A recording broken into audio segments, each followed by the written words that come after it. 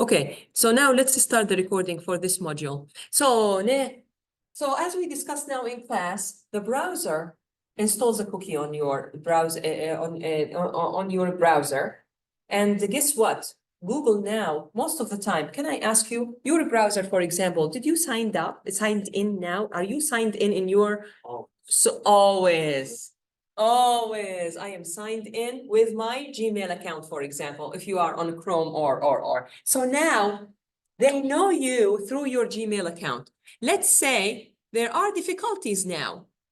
There are difficulties, but they are not really difficult. There are difficulties because Nora, for example, has multiple Gmail accounts. Yeah, I do. I have one Gmail account for my YouTube channel. Yeah, and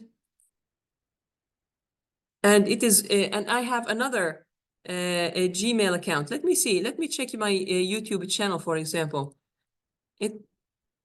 Here, but they know that it's me because it's the same computer and YouTube. Let's not put it for now. And they know that it is it is Nora, and Nora has now 2 Gmail accounts. So this is what we call it, the jigsaw puzzle that they actually sewing around your profile. Nora has multiple Gmail accounts. She must be busy because both of these Gmail accounts are very, very, very active. One of them is called TIU Digital, and she has a YouTube channel. That's actually, she's not too busy on that. She doesn't upload that many videos, but in fact, just like every week, I get either a comment or either a subscriber, even though I'm not really active and I don't record videos very professionally. So, and Google keeps telling me, do you want to monetize your YouTube? Do you want to monetize your YouTube? It's time to monetize your YouTube, but I don't have the time to do that, and I don't care about money. So, in any case, this cookie, even if you sign out and signed up with another Gmail account, it's the same browser. So they will say, this Woo-san has 2 Gmail accounts, and they will still collect data on you. My husband signed up with his Gmail account. They will be like, wait a minute, we know this Gmail account. This Gmail account was signing up on another browser, another device. They must be knowing each other. Maybe they are married to, there is a connection then. If this Gmail account, of course, they know that Woo-san always is signing up on a different browser, on a different device, even knowing your device information. Then, and location. And also we are in the same location together, you're right. And then you sign up with on my computer for whatever reason. Yeah? Then they will know. So they know each other somehow. Somehow they know each other. They might speculate so many things, but then they say, no, there is no way Woo-san is her son, and he lives with her in the same area, and he is her son. Maybe the age and, the interest doesn't match. Oh, but she's always in this location, TIU, whatever. There's a professional relationship. Yeah, you see that? So definitely this is one dangerous thing. And this is how they know you are a new customer. For example, you are here through the browser landing on a certain e-commerce site.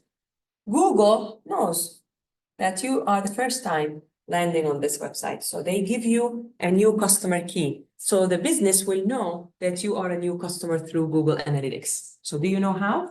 Now, a problem happens if you clear your browser history.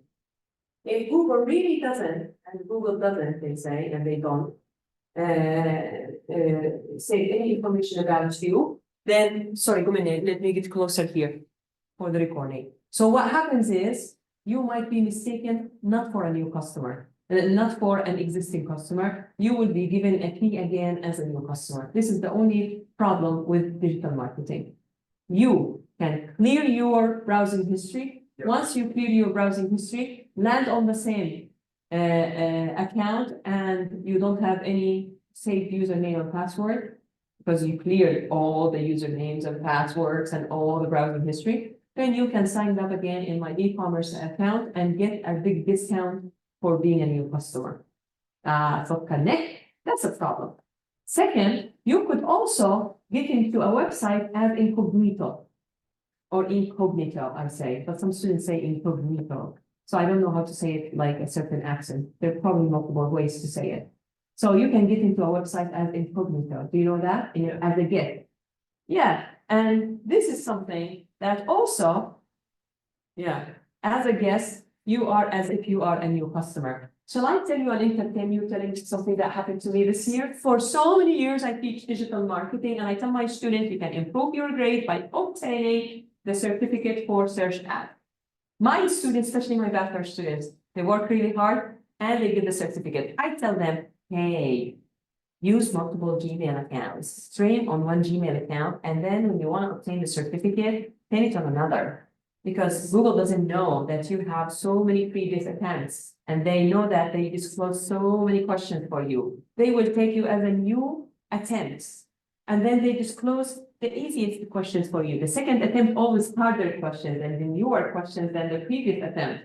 Then the third attempt with the certification comes even further harder questions. You know what Google did for us this year?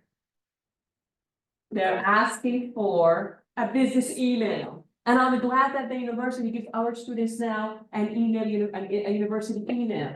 And the students finally were able to actually sign up and be able to take the certification, but they needed the TIU email. Without it, they would have not been able to do it. So even if they sign up again, they're going to have to write the same email of a business, the university. They will know them.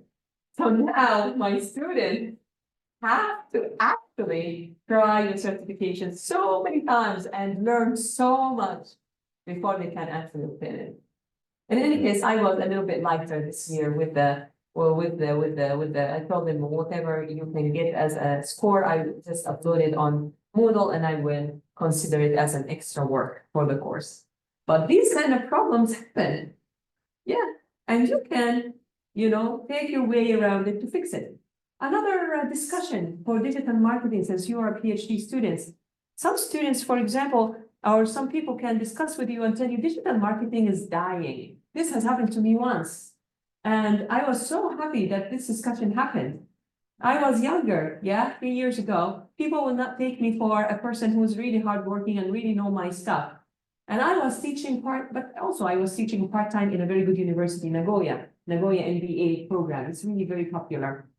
And it's only graduate students. So one of the students pops up and telling me is, what do you say about digital marketing is dying because of the ad blockers? Ad blockers. Back in the time, and yet this technique wasn't yet very popular. I told him, good thing I'm coming to visit you again next week because I had intensive course. Give me some time. I want to look into this. But then before the end of the class, I was still thinking about it. I told him, listen, I don't know yet what I'm going to tell you, but I think I could, as a website, ask the audience, the traffic, you need to unlock the ad blocker. If the browser can allow me to do this, the browser itself can allow you to add the blocker or not add it. Now, if I can tell you, you cannot browse any further if you don't turn off your ad blocker, then I am forcing you somehow. But maybe I'm also risking not getting any traffic. But, if I'm getting a traffic that it will be not getting me any monetary return. That's also a problem.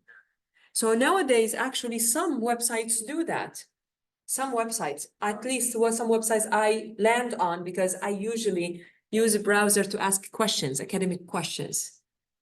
There are some very nice websites, for example, Medium. Medium is a very nice website lately. Most of the blogs that is written on Medium are very professional and I love them. I even would like to, in the future when I focus not merely on my research, but have some time for my social media presence, I would like to write for them.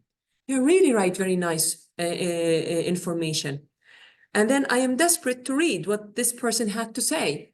I turn off the ad blocker at so many times, and then I will receive ads, and the person, the website can also get views and charge Google for views on those banner advertisements so that they can make money.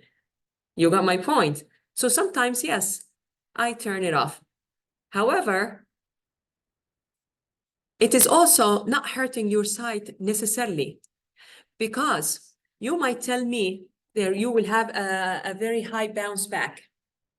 Yes, it's true. Like you land on the site and then you see that message and you immediately leave. It's a bounce back. It's a negative thing to your site. Yeah, it's a negative thing because engagement now is very important measure in Google Analytics and digital marketing. So hopefully, let's hope that usually Medium in particular, if you take a look at that, at this blog, you know what they do? They let you, they're very smart, very smart. You can always be smart and navigate through the system. Now, for you not to be a bounce traffic and to be an engaged session, you need to be either on the website for 10 seconds, and after the 10 seconds, if you leave, you're not a bounce back.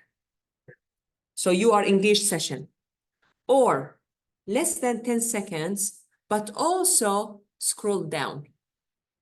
So they give you a little bit of the answer, and then at the end, they tell you to continue to read more. You do like that, thinking that the page will stretch and you will see more, to read more, right? What happens is they tell you, okay, turn off your ad blocker. You already spent the 10 seconds on the site. You already an engaged session. Isn't that awesome? That's awesome. So there are so many things around the browser. As a digital marketer, if you specialize in this area, there are certain debates. They tell you what happens with digital marketing ad blockers. There is a way. If you are a content writer, there is a way. And I have a case study myself, been very, very happy with how they deal with things. Medium as a website, and usually they have very nice even blogs that you can read, especially on data and machine learning and digital marketing in general. So how do I know that I am a new user? These are new customers. It is because of the cookie on the browser. Is this 100% accurate? Well, what can I tell you? Nothing is 100% accurate, but this is what we have to work with, right? Now, how do you as an e-commerce site, tell me as a creative person, how are you going to solve this problem? Think about it. I thought about it. You know what I will do? I'll tell you what I will do. I'll give you my own ID and ID number for my store where you can collect points. Isn't this what websites are doing now? And they tell you, you can redeem your points.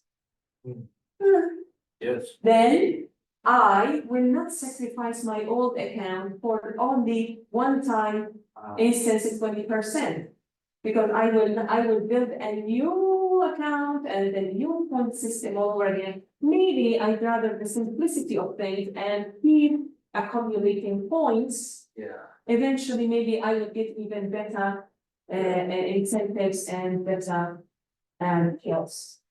This is how we go around it. By giving you a point system or just very expensive. By, to carry that. Exactly. Like, for example, your birthday, for example, another thing, Wusan, tell me another thing very smart, but it's okay. I don't expect you to come to your mind because you are not experienced in e-commerce. I'll tell you how I know. If you are creating another account with another email with the same email address, with the same physical address, I doubt that you either did it with this person or it is you, the same person. If I can match your previous purchase history with the current email purchase history, and actually they both being shipped through me to the same address. Isn't that also something? The same address. But would they allow me to do No, a different email with the same address. them address? Yeah. Yeah, I should allow you. Should allow you. Maybe I have an account on Amazon and my husband has an account on Amazon. I allow you, of course, my son in the future might have his own account on Amazon if he decides to live with me. Yeah. Hopefully not. Yeah, right.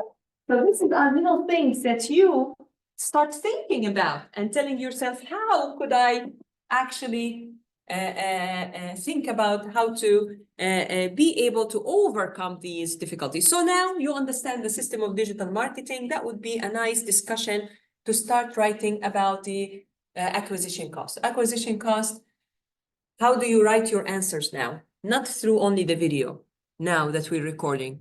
You go also on the internet. Use the internet, you guys. Internet is an amazing tool. And start searching acquisition cost. New customer acquisition cost. Read different blogs. See how they write with their English language. Yeah? Their native English language, speakers. And they start, mimicking their ways. You got my point? So that you can write your little chapter, your little answer yourself. And then you memorize the answer. So that you come to the preliminary exam perfect, writing something scientific, something amazing. Don't look at me like that, son. I did this for my master. I did my master in one of the top universities worldwide. It's called LSE, London School of Economics and Political Science. I had to write my answers myself without all year long. Our teachers were really good. They did their best and they lectured really very well, but I was busy and doing other things in life other than studying very well. Then at the 1 month, I was given only 1 month to study for all the subjects. I had to write, and it is handwritten, and it is for 2 hours. And I had to come up with my own writing, and I don't even know the questions. I anticipate they're going to ask me this. Do you want to know? Do you want to know another surprise? Are you ready for it? I have to memorize the references and the citations. I don't have to write the references at the end, but I have to write down Cherkasy and your last name is difficult for me. Who is your last name? Oh, really? And your first name, how do you say it? Oh, how do you feel when people keep on, addressing you with the last name? It's a little bit distancing, yeah? Anyway, I thought that your first name is Wu. So Cherkasy, so when we publish together, it's going to be Cherkasy and Wu, comma, 2024. I have to remember this, that Nora and Wu said that, whatever I'm writing. So all what I'm asking you is not also to remember any citations or whatever. I'm just telling you, please, don't write me something as if we are sitting down over coffee and talking with a slang language. This is university, this is academic environment. So at least rewrite what we just said right now, eloquently, using even the internet. It's okay, we're not native English speakers. I'm not, write it as is. You're not republishing it. Even if you copy, it's okay. Then you need to memorize how to write it. It's going to take you 1 week to memorize it nicely. You're not going to memorize everything. But you are going to tell me one day, thank you, Professor, for letting me work so hard and do this, because you will find out that even your way of writing as an academic person has improved. Trust me, son. Trust me. It could be more difficult and could be harder, could be worse. I did that as a master's student. And I got a distinction. For your information, I saw the grade. It was D. And I was tearing I was tearing, and I was like so sad that I got D. And then because I never thought of a distinction. I just wanted a B as good as C. This is a very big university. And I was tearing. And I believed I got a D. And then my friend next door told me, "Why D? Do you understand what D is here on the back? D is distinction. It's even better than A. It's the beyond the A." And I was tearing, and I was like, "Oh man, how did I get this?" So you are getting a good training. You need to trust in me and you will not regret it. Okay, son? Yeah. You'll not regret it. So I want you now to start thinking. Don't tell me what you learned right now, but just tell me what are you going to write about when I ask you in the question, what is an acquisition cost? How are you going to structure your answer? Those on. Definition. So first, we want to write what is the definition. So you go look up the definitions and write it. I don't want you to answer the question now. I want you to tell me your thoughts. Second, in the same paragraph, okay, definition, it could be 1 line, it could be 2 lines maximum. What's next? You need to write 2,000 words for this university to pass. You need to fatten it up. How are you going to fatten it up? For example, Not example, digital marketing, new customer identification. How do,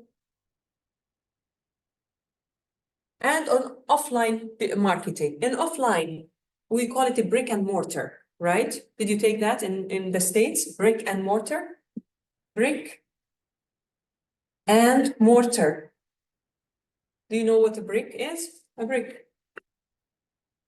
Not a brick in the slang language. A brick in the slang language is a very bad word. Look it in the Urban Dictionary, be careful. So a brick is this one, and mortar is like physical, offline marketing. We usually, you can read it on some blogs, they call it, the blogs, they say brick and mortar. Brick and mortar is this like physical environment. Yeah. When you have a store, a physical store in a downtown.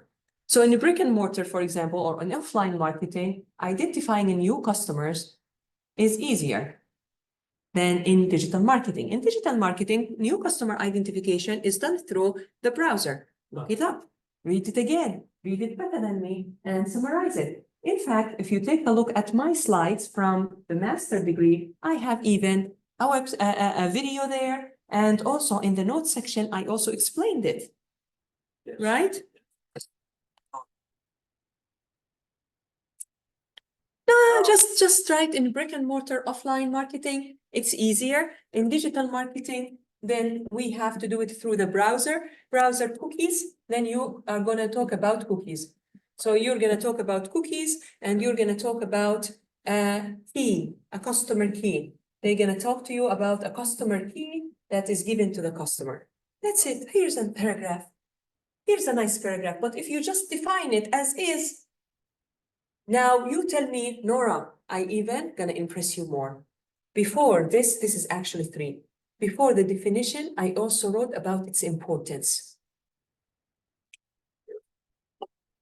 Why is it important to have new customers all the time? There's 2 very important strategies in marketing that deals with the customer base. One is getting new customers all the time, just like here in the university.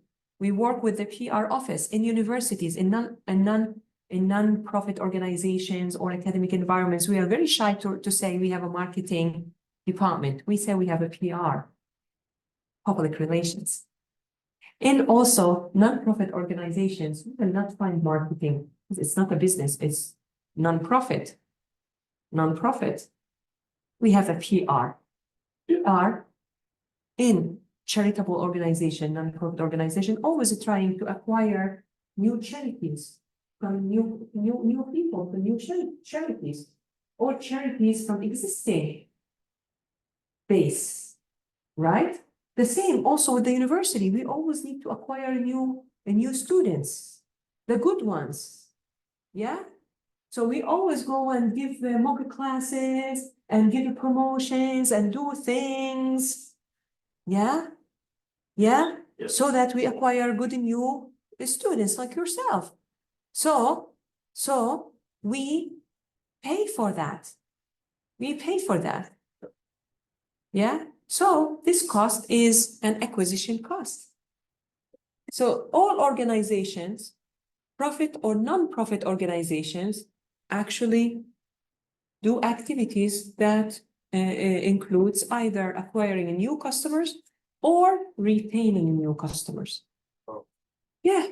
Why do we always care about students' evaluation? Retaining you. If you don't find yourself studying anything in this university from the first semester, you would have said, oh, thank you, I don't want to go somewhere else. If we are not satisfying your more than 70% or around 60 to 70% of what you were expecting, right? I think it's instinct. Yes, yes. New customers and keep the existing ones. Expand. So you build with the new customers. You grow, grow, grow. So you need to keep them to grow. It's actually, I tell my students, it's like a water pocket, son. A water pocket, but it has a little hole in the bottom. You always have defects. Yeah. Yes, hopefully you manage this hole to be as small as possible. So your defectos are not as much. And you want to always add water because you're always losing water. Plus, if you want to grow. You understand me? So over here, you can start with this definition. Then you can talk about, as you said, first of all, you say the definition. Write on your Word, another Word document, a separate Word document. Write, define acquisition cost. Second,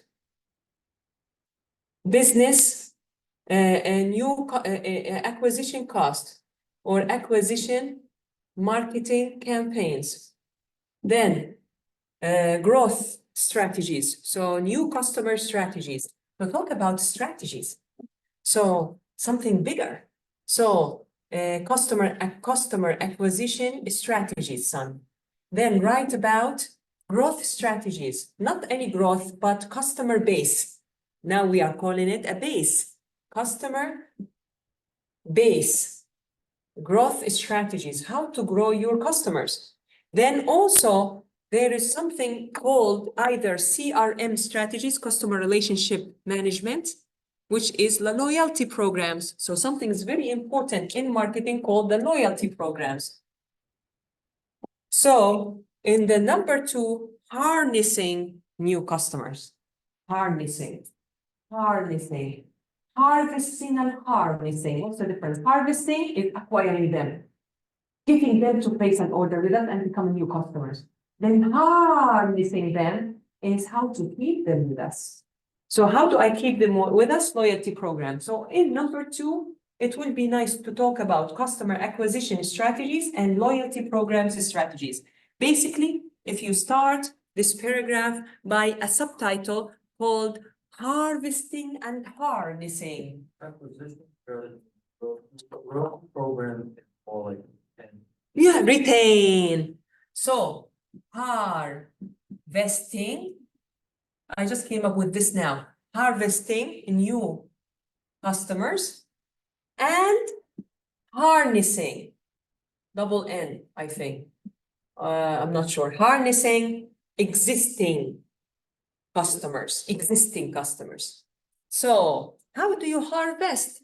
Some strategies like this and this in digital marketing, there's some strategy in harvesting new customers based on the new customer discount, based on the sales, based on this and that, right? There are so many programs that you give this and the new customer you will give 20%. I never do that, especially in my spa clinic. Why should I refer him or her and they give it 20%? So one of the very interesting case studies that I also talk about in class that I discovered myself and I really finally proved myself right that this kind of strategy doesn't work. Like they give you an email, for example, and tell you introduce your friend and they will give 20% off. So what in it for me? Just what in it? Exactly. Good at Beauty, for example, they tell you introduce your friend, they will give 20%, you will give also 20%. Thank you for reward for introducing them. Yeah, it's a very expensive brand. So they understand, and usually people who use this brand can't change it. It's very high quality brand, for example, Huda Beauty. So, of course, I am going to always buy from them, always. love them, always buy from them. So it is worth that they give me 20%. And also, if I introduce somebody who's my friend, almost is going to be my same income, almost is going to be a good spender, for example, and almost going to be the same values.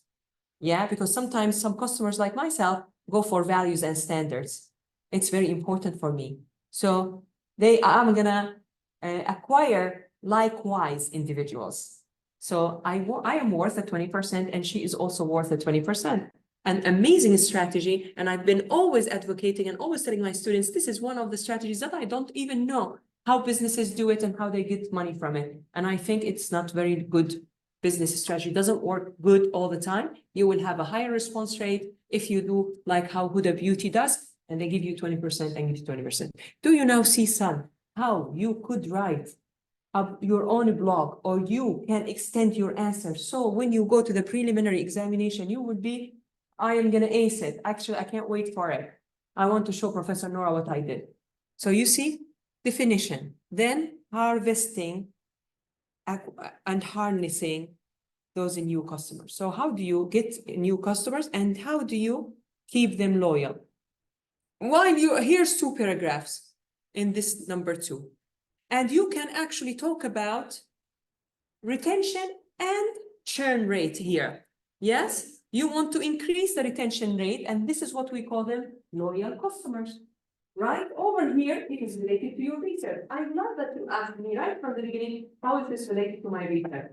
Yeah, for you, you want to optimize your time, maximize your benefits. You want everything I teach in class to be related to you. Here, I'm giving you the chance to write about retention and the churn rate, which actually you can just visit your thesis a little bit and take a look what you written and actually rewrite it again here. Right? You have a very nice thesis. You've written some good stuff there. Very much related to the loyalty. How are you loyal? If you are retained for a very long period of time. Right? Yes, yes, it is related. You see, it's not the same. You can say it's the same. It is related. It's within its area.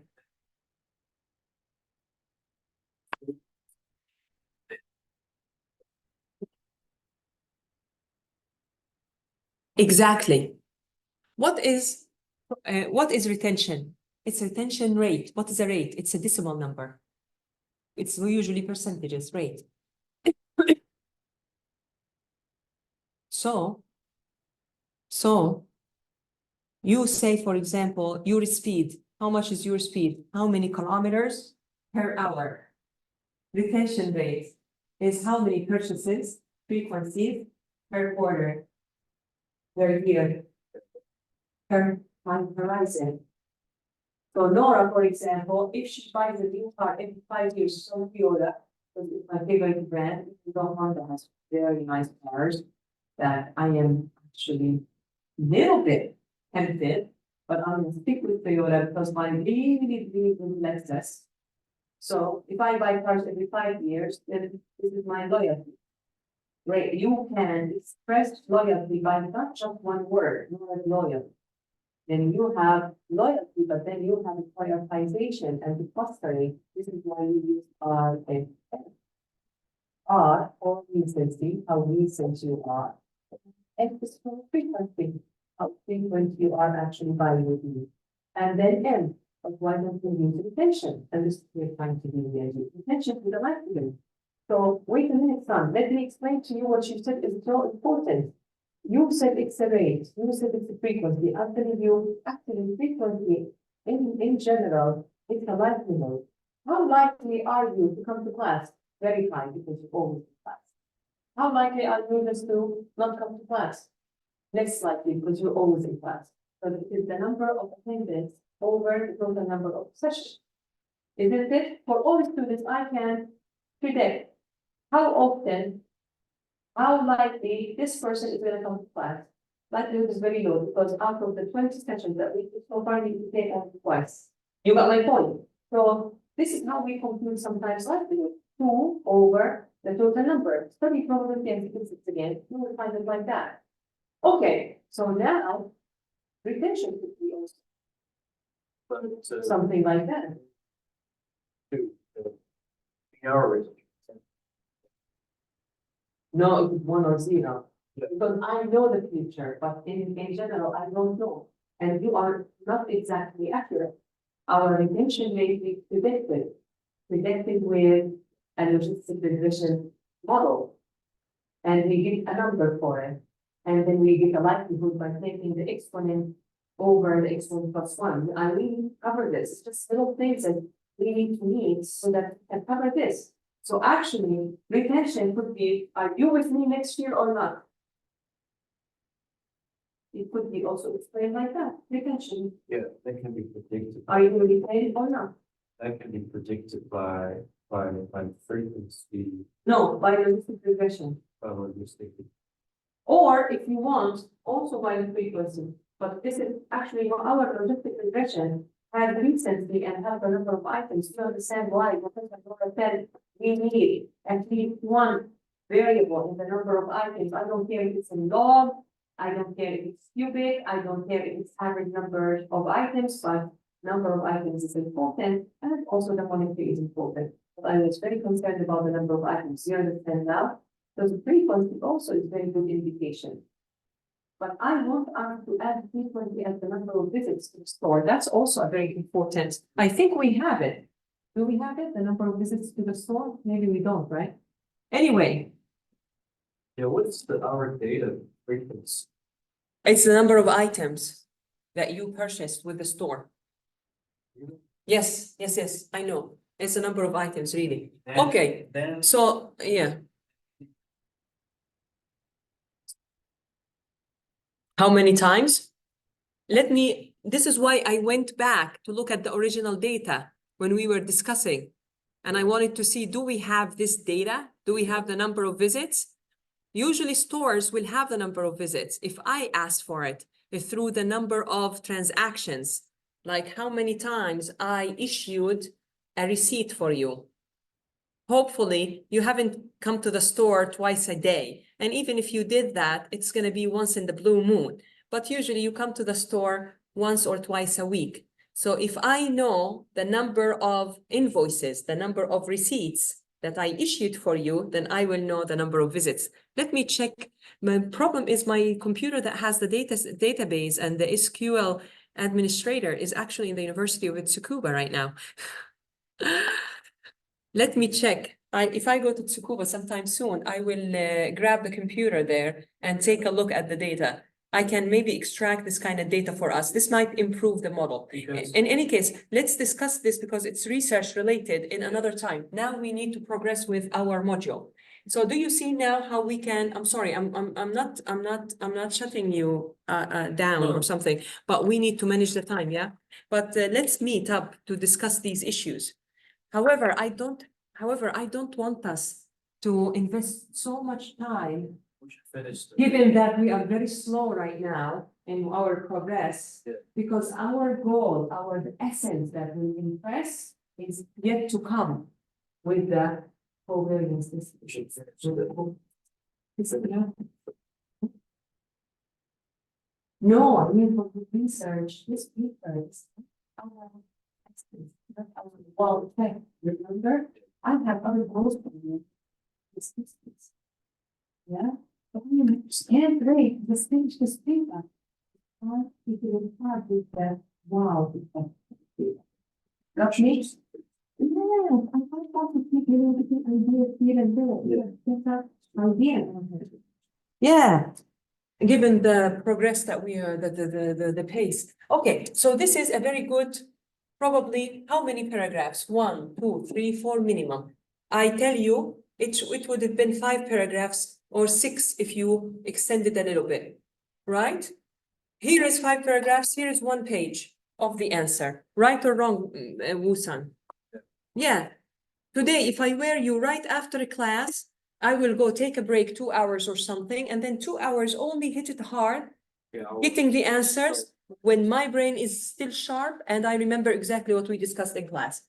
Thank you for taking a picture. That's amazing. Next. Next. Yes. Now let me just go over the slides and talk about acquisition cost in terms of mathematics. So you can also use some of the text here if you want. I don't mind it. If you want to answer in the answer of your question, you can use some of the text. I don't mind it. So firms need to systematically estimate the profitability associated with its use. Actually, one paragraph need to add to the answer is that its importance, definition and importance. What's the importance of acquisition cost? Importance of acquisition cost, that acquisition cost actually is one important component in profitability analysis and marketing. How is this so?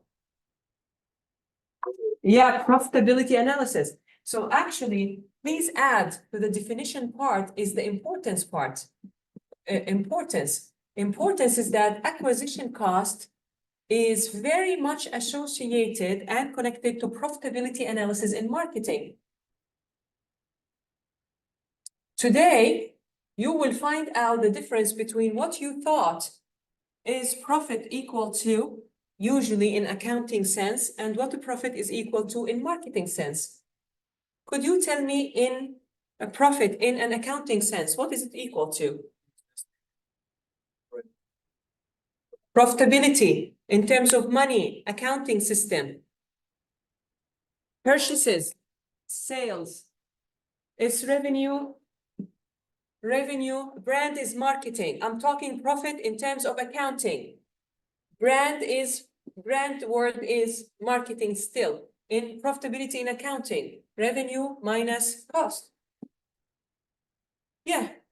And how do you optimize your profit? By enhancing revenue and reducing cost. Isn't that correct? Isn't that correct? Yes.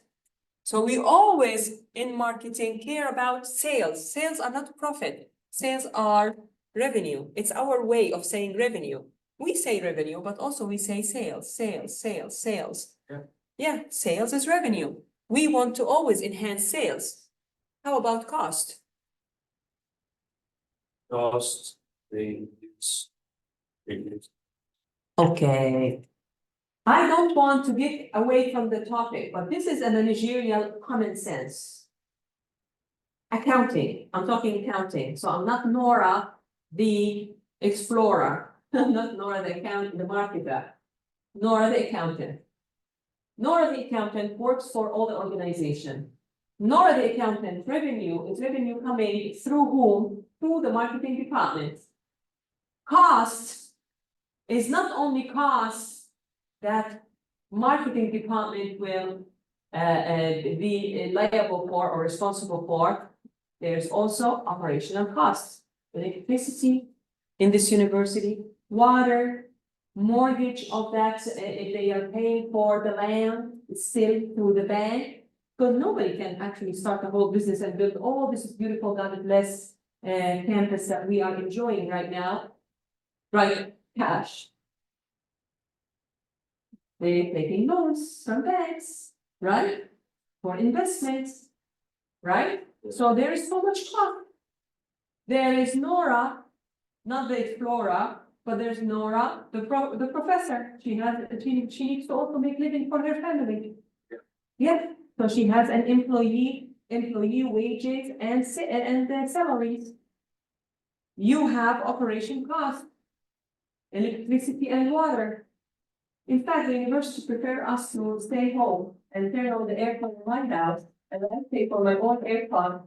And I also be very good to my society, and I'm very thankful, quite thankful, and even the government should be very thankful to organizations like my university to allow us to work from home for if we want, they are optional, because we don't stress the commuting system. Have you thought about this? I only stress it twice, and I will go to come back. Maybe for example, 3 times. And it's important. This is important. Second, electricity in Tokyo. Tokyo in particular, right now, this year overheated everyone. We are building our own houses or buying any houses, or we are company building houses that we have solar panels. Where are we gonna give you all this electricity from? It comes from. This is why I don't understand. Sometimes I'm not criticizing people that are doing their best, but I see so many classrooms that are smaller than this classroom, and yet they focus on this classroom. There's only 2 people here. Why don't you put me in a smaller classroom? Less aircon. If I care so much about that little aircon, yes, I do. So the university makes more money, I can also be happy, the university be happy.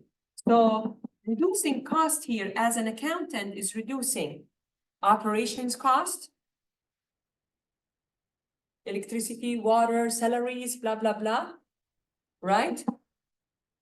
But also I can reduce cost if the procurement and recruitment department, the department that purchase our products, are very smart and they hustle so very well and they actually very ethical and they decide on buying our raw material, not because this is a friend of my friend and my friend and I wanted the money. This is production.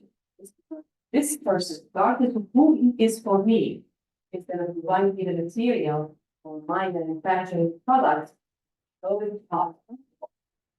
So the cost of raw material. This is, we call it in accounting, we do accounting and marketing and in accounting, this we call it cost of goods sold. Have you heard of cost of goods sold? If you look at accounting course, then you took this. So there is operations cost, you put in your mind. So this is also, you need to put it in one of the paragraphs. You need to say, what's the importance? First, in the definition paragraph, here is a whole page on the definition only. Paragraph on the definition. Then you talk about this is important in marketing because it's very much associated with the profitability analysis. In accounting, profitability is basically equals to revenue or sales minus cost. These costs, we need to optimize it by reducing the cost. These revenues, we need to optimize it by increasing the revenue so that we can get the bestest profit. What kind of costs we usually look into if we, from an accounting point of view? One is the operations cost. Two is the cost of goods sold, and it's usually referred to as COGS. Rings a bell? COGS, cost of goods sold. So these cost of goods sold usually have to do with the logistic and operations management. Like, how can I reduce the shipping costs? Because shipping cost is part of the cost of goods sold. Or how can I haggle with the manufacturer so that I can buy a good quantity for the highest discount possible, so that I can discount the cost of the goods, the cost of the raw material. Then there is another cost, logistic cost, operations, it depends, but most of the time we consider, even as marketers, the shipping costs, the logistics, it has to do with shipping. If logistics here means shipping, not of raw materials. Logistics, usually you refer to the shipping and all that of raw materials to come from one continent to the other to in your warehouse. But in marketing, we talk about the other shipping. After you add value to the raw material by manufacturing it and making it into a product sellable to the customer, if we are B2C and not B2B, or even if we are B2B, sometimes you also have to put it in a certain way, then the shipping cost is part of the cost of goods sold. Yeah. Okay. Anyway, operations sale is salaries and electricity, water, and all that. And then there is also marketing cost. Now you are a marketing manager. You have no control over the procurement department and how they haggling for the lowest raw material possible. You have no control over that. You have no control over the operations. The only control you can do is be smart about saving energy in the building by actually not putting the air console down, for example, not using excessive light if you only need a little amount of light, right? Yeah, and so on. So marketing cost is under your command, under your full control, hopefully. Yeah. So basically, from a marketing point of view, we are not going to talk about optimizing and reducing the COGS, the cost of goods sold. It's not under our control. We're not going to talk about reducing operations cost. It's none of under my control. What's under control is the marketing costs. How can I allocate budget optimally? Optimal allocation of budget, how much money I need for this campaign, how much money for acquiring new customers to get the most customers possible, the most revenue, how much to grow my customer base and retain them, loyalty programs, yeah, and so on. Like with the beauty, I'll give you 20%, you're a loyal customer. If you get me another customer, and guess what? Because you brought that customer, the customer will get also 20%. So win-win relationship. But they know that Nora will bring to the hooded view, for example, likewise, and it could be abused. It could be abused. Because Nora could pretend to be another person, as I told you. Yeah, and she said, and she pretends to be some other person. But then Nora will disclose and discover because probably she can use the same address. You got my point? So yeah, it's easier to think that I'm gonna fool the business, but if they are smart enough, they will find out that it is the same address. That's very fishy. Well, you need to be smart enough when you are, anyway, this is details. So you are responsible for marketing costs. So that's a nice, important paragraph here for definition and importance. So acquisition cost, definition and importance.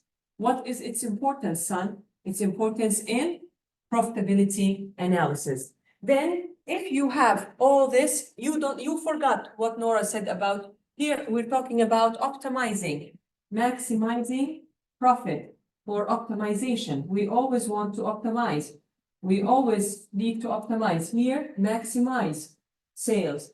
Here, we usually, how do I minimize cost? But for marketing cost, not minimize, how to optimize. Usually here, how to minimize. Usually here, how to minimize. But in marketing, we don't think about how to minimize, how to optimize our budget allocation.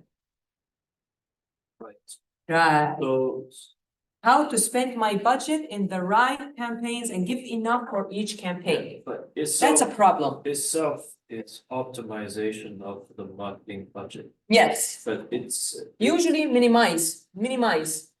And But then- here is more difficult. So this is a part of profitability analysis. Yes.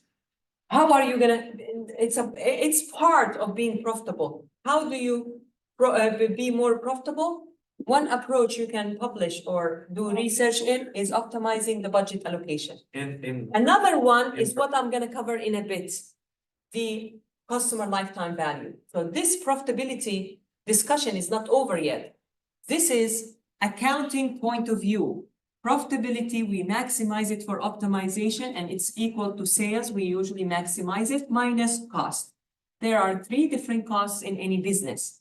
Operation cost, usually we optimize it by minimize it. Second, it's cost of goods sold and its little definition. And usually we optimize it by minimizing it. Yeah. Third cost is the marketing cost. And usually we optimize it by running budget allocation, by building mathematically very sophisticated budget allocation kind of models and problems. Now in marketing, profitability analysis is the ultimate goal of any organization, a marketing department is to develop highly committed customers. What are highly committed customers? Customers who will buy with me often, frequently, and over a very good time horizon, who not only make repeat purchases. In marketing, what do we study, love? Especially in questionnaires, what do we study? Customer purchase intention, because we don't have actual data. But when we have actual data, We also can crunch the data using data analytics. We also study repeated purchases, the intention to continue to purchase, we call it. If you are running also these questionnaires. If you're not running questionnaire, then you are going to study what a prediction model.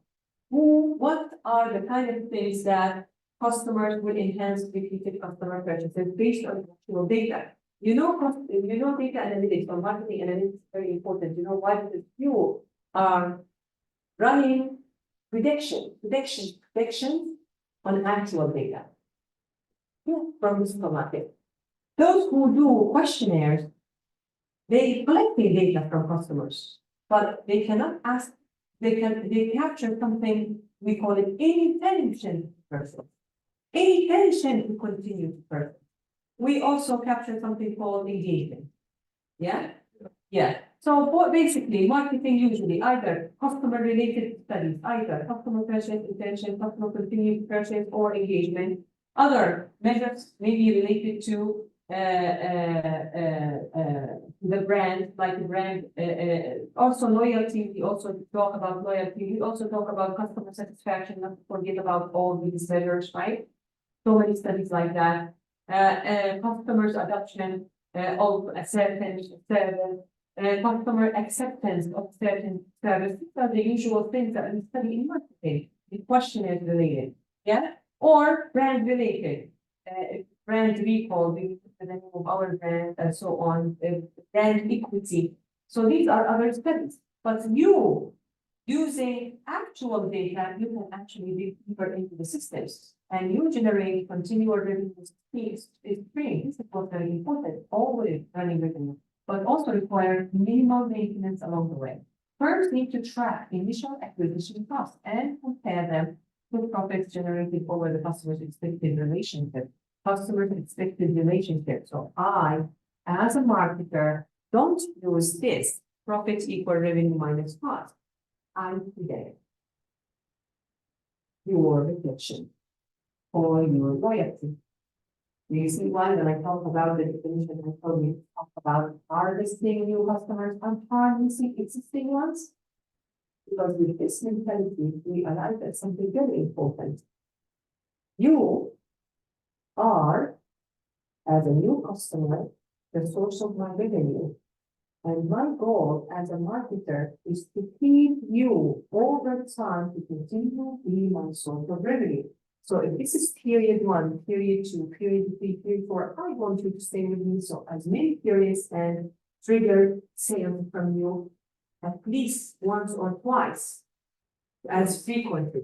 Actually maximize the frequency of you buying with me over this period, this period.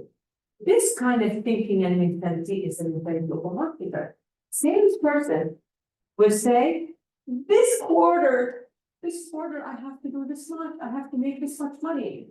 I care less about you in the future as a car buyer, for example, because I know you're not going to buy from me in 5 to 6 years from now. I'm not going to keep talking to you over the phone and saying, are you happy with the car? Please stay loyal with me. I don't even spend money on that.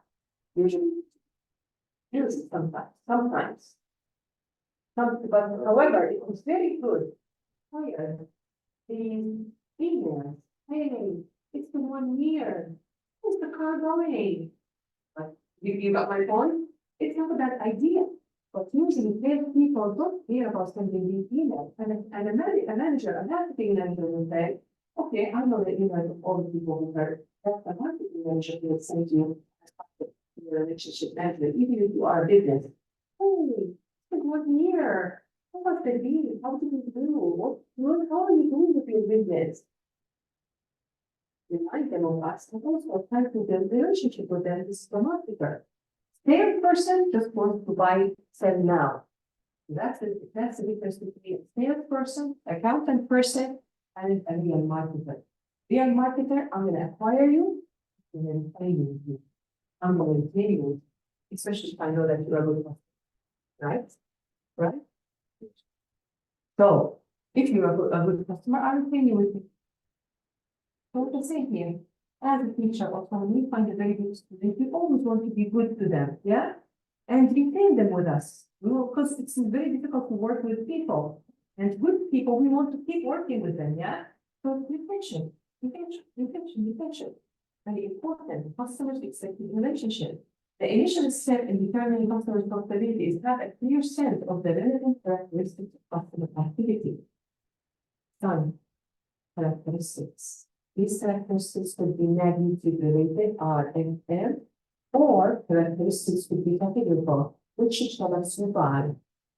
Are these products outdated, high profitable products for me?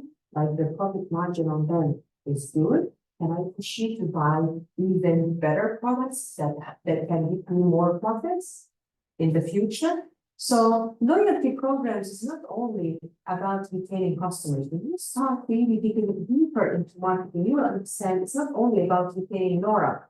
If Nora is a good spender, let me test the waters. Let me recommend further more products related to the products she likes. So this is, we call it cross-selling. Or maybe we can agree to buy better products. That is upselling. Not only I want Nora as a marketer to buy with me all the time. Sometimes I will please, because I will optimize. I will please Nora as much as possible. Maybe she can buy, instead of buying the same product again and again, maybe she can upgrade. Nora buys this foundation, yeah? We have a new product, Nora, it's much better, really in summer. But it's a little bit more expensive. But we know we don't have the money for it. Oh, actually, we were able to successfully upsell Nora, and she now buying a better, more expensive product. Yeah? Oh, Nora, usually our customers don't only buy this foundation that you're buying right now, but they buy also what we call it powder. And also a primer. Before you put the foundation, you have to put a cream that softens and moisturizes your skin, especially in the very dry winter of Japan. And how we do cross-selling. With this product, you can buy this and you can buy that. Yeah, and buy this and that. Also, this is a very nice set of clothing. Usually, customers like you, when they go to the beach, they also buy the shoes. You know, some people buy this like a little tent, especially for the tent, walking on the tent, and you can often walk in the water. In the beach, they have their thermals. And you don't want to put your feet directly outside, it's so hot. Yeah. So they cross-sell products for you. Oh, Musa, also you can buy these sunglasses, but they don't feel at this depth. Sunglasses are important for your eyes not to get burned from the sun. I got a couple of times sunburn on the beach, so it happens. So you need UV protection. This is how we cross-sell you. Upsell you is that, hey, Musa, this is a very nice pet, but maybe this is the better pet. You know why? But this dries very fast. 5 minutes, you put it hanging on the tree on the beach, it dries up. But it's a little bit more expensive. Upsell. So there are so many topics that we can talk about when we talk about the profitability in loyalty programs. The thing is, you might say and criticize, you might, it happens. Or somebody who doesn't know and you're talking to them about my course and they tell you, so what she's telling you is just to take a look at the blogs and write from blogs? Well, take a look at the blogs, son, and take a look at this recording. Here's a recording. You will not find, and I tell you with confidence, because first of all, let me continue the statement. You will not find one blog discussing all the things that we're discussing now in class in one blog, all together in one blog. Neither, we almost 1 hour only. And look how many topics we discussed. If you go on your own on the internet and learn on your own, you don't have a direction. You read one blog about loyalty, read multiple ones. See how many of these blogs, son, are going to connect to you. Acquisition cost, profitability in accounting, profitability in marketing, yeah? And add to that, not only focusing on acquisition cost, existing customer, focus about as a, I'm talking about the difference between your mindset as a marketer and mindset as an accountant or a salesperson. And that you always, as a marketer, long-term relationship. This existing customer, I didn't just acquire it, throw it in the garbage. No, let it be go on his own. Always there's loyalty programs. Then read the blogs about loyalty programs and please tell me what you find. Read multiple ones. Rarely you will find one of these blogs that will talk about retention, everything about retention, including upselling and cross-selling. You have to look up other separate blogs talking about upselling and cross-selling. Because first of all, there's limited time and the length of a blog, limited length. Second, there isn't websites that just specializes in marketing that they are so good that they relate you to links internally to these topics together within the blog. Take a look and see. So please do not underestimate what we're doing here in class. Look how many topics we already covered and they are all related. Because your idea is how can I make sales? How can I retain customers? But also as a marketer, it's all about the profitability. As a business, it's all about the profitability. It's just a different perspective. Accountants look at profitability as revenue minus cost. Accountants look at profitability differently. One way is upselling, cross-selling. This doesn't happen overnight. This happens only to loyal customers. Not immediately, the second purchase. You're going to push things on me. Yeah, you can give me related products, but upselling usually happens when you study the behavior, especially the monetary expenses and purchase behavior of the customer for quite a while. You know that this person are now maybe ready and maybe have the money for upselling for a more expensive product. But the algorithm.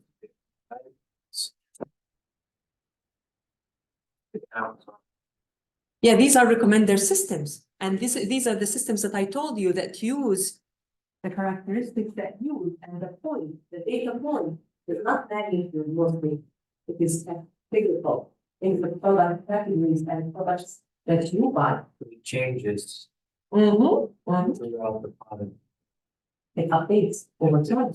Yes, because it's actual data and you keep filling it to the system in new data. So usually you say, I will take the past 2 years kind of data.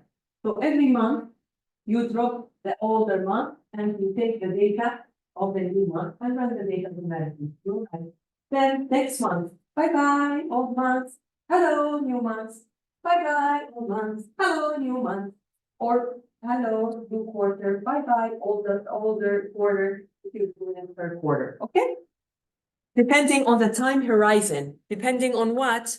On the customer's expected relationship on the time horizon. Yeah?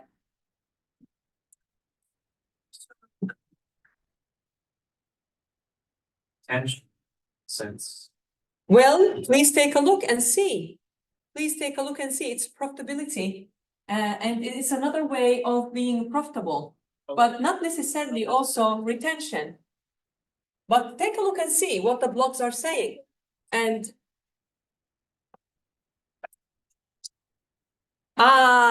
we are drawing a story. It is somehow related. You are not a customer if you were not acquired. If you're not acquired, you're not a customer. Guess what? How is it related? Today, Nora was talking about Huda Beauty. You are a loyal customer and also not any customer. You're a loyal customer who worth a 20% discount. And you're going to bring a new customer that now you are doing your customer acquisition through your existing loyal customers. So how is it not related, son? It's related. You make it related. You make it relevant. Existing customers who are loyal to you would be happy to hand in another 20% off for a colleague, a sister, a family member, an employee, whoever it is, to become a new customer for your company. So you are either directly yourself acquiring new customers and doing customer acquisition, or you are acquiring new customers through existing loyal customers. So how is it not related to loyalty? It is related. It depends. You can also say it's related to loyalty because my goal is for these in new customers to be harnessed. You remember what we said? We said harvesting and harnessing customers. We want to harness these customers and keep them with us for the future. That is the ultimate goal. We don't just forget about them, as I said. We're going to keep working with them so that they are loyal and they stay with us. All right. So this is what is a retention rate or survival rate. Survival rate is a likelihood, is a probability that a customer will stay and do business with a company at specific period, time horizon, period 1, period 2, period 3. It is usually a percentage. Of course, it's a rate. It's a likelihood. Likelihood or a probability ranges from 0 to 1. You are going to be retained. Next year, I saw through our data that you are retained. You actually place an order, give you 1. You disappeared next year. You disappeared. You haven't placed any order in the past 3 quarters, the last 3 quarters of next year. Maybe, so it's 0. Or you disappeared completely next year, 0. Now, it's a probability and statistics. The event of flipping a coin as a head plus the event, the likelihood of the event or the occurrence of a tail is equal to 1, meaning it's for sure. If you flip a coin fairly, fair play, you flip a coin, either head or either tail. There is no other likelihood. Of course, you can play with the way that you flip the coin, and then it can flip in such a way artistically on its edge and keeps rotating like that. But that is not a fair play. That's not a fair tossing the coin. So if you fairly toss the coin in such a way that we usually do it with our thumb, then it can either land on its head or land on its tail. Is that correct? Yes, that's right. So the likelihood is 100, you are 100% sure 1 is going to be equal either a head or a tail. So 1 is equal either you are retained or you are de facto. You are not retained. Retained is retention rate. De facto or not retained is a churn rate. So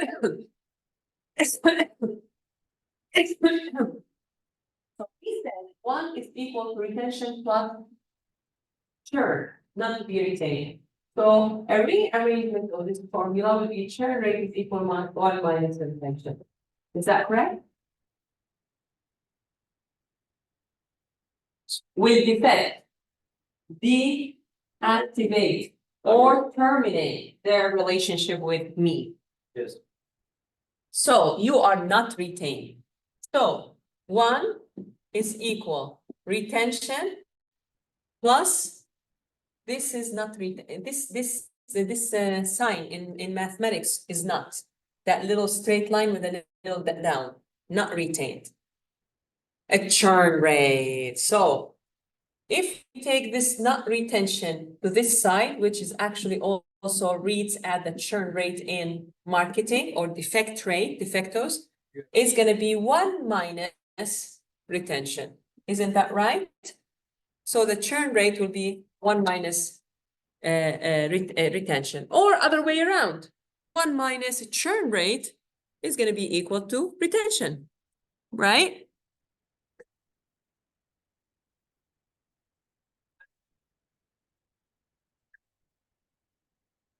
Exactly. We're thinking as marketers, you see all this 1 hour, I've been building up my argument to show you the marketing mindset is more about the future. What is also more about the future is the prediction and analytics. Analytics usually starts, what is the cycle of analytics? We talked about it in previous class. The first thing is like tidy the data, explanatory analysis, understand what the data is, correlations within the data, relationships, and so forth. Outliers, missing data, we've done all that. Cleaning up, tidying up of the data and understanding the data and the inner relationships between the variables, right? And the features in the data. Second is the predictive models. Predictive models, usually we want to predict the future. so that we can make decisions before the future happens. We are ready for it. Why? Because now all what I can do as a marketer is to devise a marketing campaign, right? But I want more. I want to predict how much money this marketing campaign can get me. The expected return on investment based on certain characteristics and features, if there's a model that can predict that for me. So you as a marketing analyst, or you're working with marketing analytics, what you need to do is predict that future. How? You either predict continuous data, like predicting sales based on how many times the customer is buying, how much is the average order value, what kind of products they're buying, how often they've been buying it for over multiple periods of times. Your address maybe has something to do, your zip code, maybe you come from a certain area closer to that store or a certain country, blah, blah, blah, right? So all this will build a model, for example, that predict the future with a certain accuracy. Also, you can predict the future as we predicted the likelihood of retention, because the dependent variable here is not continuous like sales. It is more categorical. It's a dichotomous. It's binary. It's 1 or 0. Either you returned or not. So either you returned or not could eventually, and I will show you next recording with how we do it on Excel. I'll show you that the output of that logistic regression is not the likelihood, but you can take the exponent over 1 plus the exponent of that output, and then that is the likelihood. So basically, the output of the logistic regression is not 1 and 0 exactly. It's a likelihood. It's a probability you are retained or not. And this is why we did that. And so we want to run the clustering analysis again, right? Yes, sir. So that is quite an interesting thing to understand, that we are all about future. We are all about the future. But also, we don't also only want to predict how much return on investment or sales and costs based on the marketing allocation budget. You know, it starts way before. First, you devise the campaign. Second, you need to know how much money you are dedicating for the campaign. So this is budget allocation, most difficult marketing problem, which is the marketing allocation, how much money I should be spending. It's a cost, marketing cost. Okay, shall we put these components on the wall, on the board? Because we are going to talk about something very relevant. We are actually paving the way for the following. Let me erase this. So first thing, I'm going to start the process of the nightmare of a marketer. Devising the marketing campaign and all that, that's a nightmare of an entry-level marketer. Okay, you go and push through it. Second is the marketing allocation. How much money I have or I should dedicate for that marketing campaign. So it starts with the marketing cost. Marketing costs. And this is related with what in analytics? Budget allocation. And this is, we usually talk about it not under marketing analytics in particular, but we call it marketing modeling. Back in the time when there was no marketing analytics and marketers want to show that they are smarter than just devising creatives in a campaign, creatives like videos or the material that you use to promote and convince customers that please buy. We are more than that. They used to call this kind of science, also some of them, you will find it in oldie but goodie kind of books under marketing engineering, because it's always all mathematics. Marketing engineering. In fact, if this kind of science, similar things in this kind of science, you could study in certain universities that offers you programs called industrial engineering. It's about the industry. And they teach you models that you could use not only for marketing, but for logistics and all that. So programs like industrial engineering are very interesting programs for people who wants to know a little bit more about modeling, mathematical modeling, that you could also use for marketing modeling. So first thing first is marketing cost. This marketing cost is very much correlated or related to a problem called budget allocation. So that is the difficult part really. The budget allocation, how much money I should be allocating for certain channels related to this campaign. Like you devise the campaign, you want to put it on different platforms. Facebook, you want to also use referrals, influencers, marketing influencers, like personas and all that. And then also you want to use, for example, what else you want to use? Other social media sites, for example, and also using Google.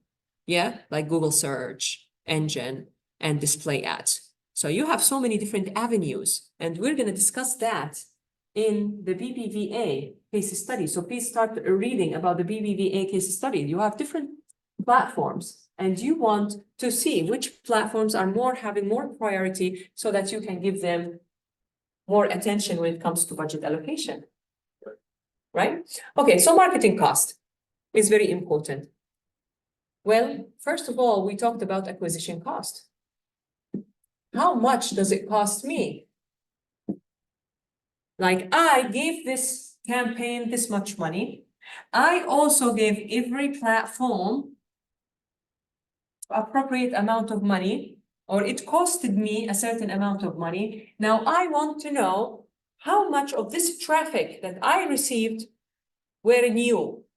How do I know? Also through the acquisition, the browser, they give a new customer key, and through my system also, it's a new email, for example, associated with a new address. Then it is a new customer, correct? So now I want to know how many acquired customers out of all the traffic.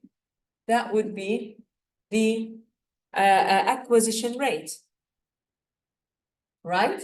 And then I want to know how much is the total cost of the campaign that is its major goal, its main goal is just customer acquisition, not loyalty. And through the loyalty program, I acquired, for example, a customer, whatever.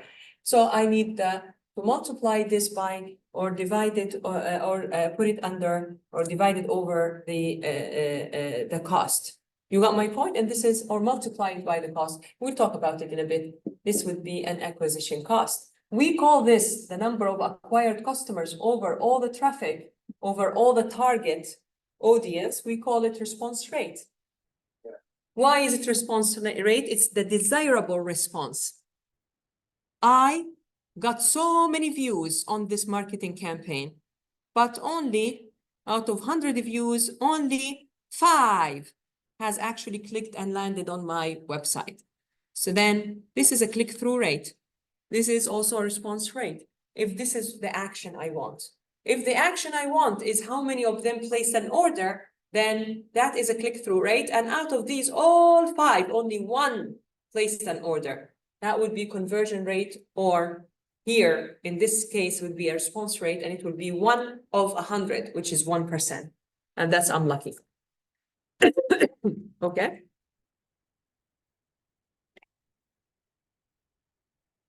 Too much overload?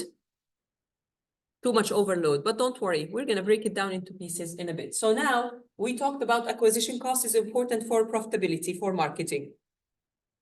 Marketing cost, deciding on it, is also important for acquisition and marketing, right? 3, we also, I hope that through my discussion with you today, I showed you that even with loyal customers, I don't stop there counting the frequency of their purchases, but actually studying them and clustering them as you are doing right now. You are clustering customers and putting them in terms of monetary. You want to know which ones have the very highest, for example, monetary rate. So I could be able to, and not only monetary, but also frequency, claiming that people with more frequency and more monetary rate are more likely to be used for programs where the existing customers like that actually regain customer acquisition.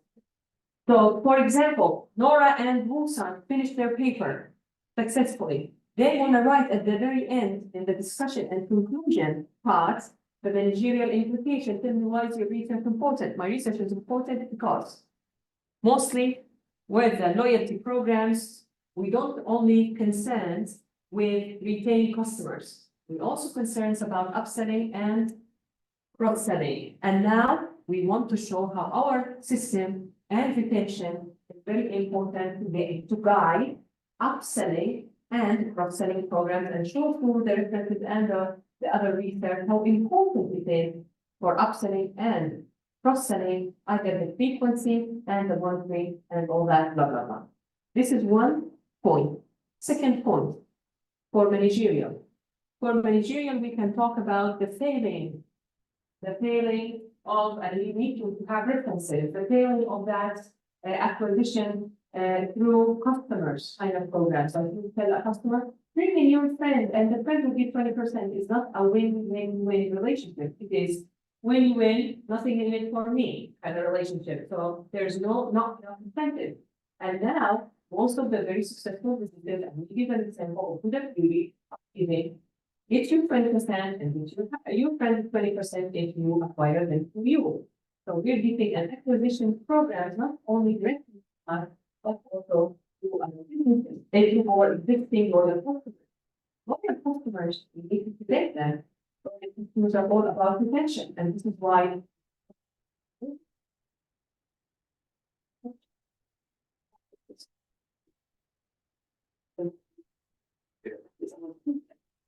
so now we want to show in our managerial implication why is the research important for marketers in the job. Our research is important to tell you the importance of using research because this will help you guide me better answers and better clustering for customers, right? Now, Marketing cost, acquisition cost, I think retention is very important. For the retention is very important. What is retention? Retention is you staying with me for a long period of time. Why? Because I think every period you stay with me, what happens to me? Look what happens to me. I have what I here said, continual revenue stream. You're aiding me to achieve my goal of generating a continual revenue stream, right? And also my goal in growth. And also my goal to cancel out the retention, the natural retention. Yeah. So I need to acquire new customers. I need to retain them. I need to retain them so that I can lower churn rate. What do you mean? Well, I mean mathematically, retention is nothing but 1 minus retention rate. So if this is very small, then 1 minus very small is bigger.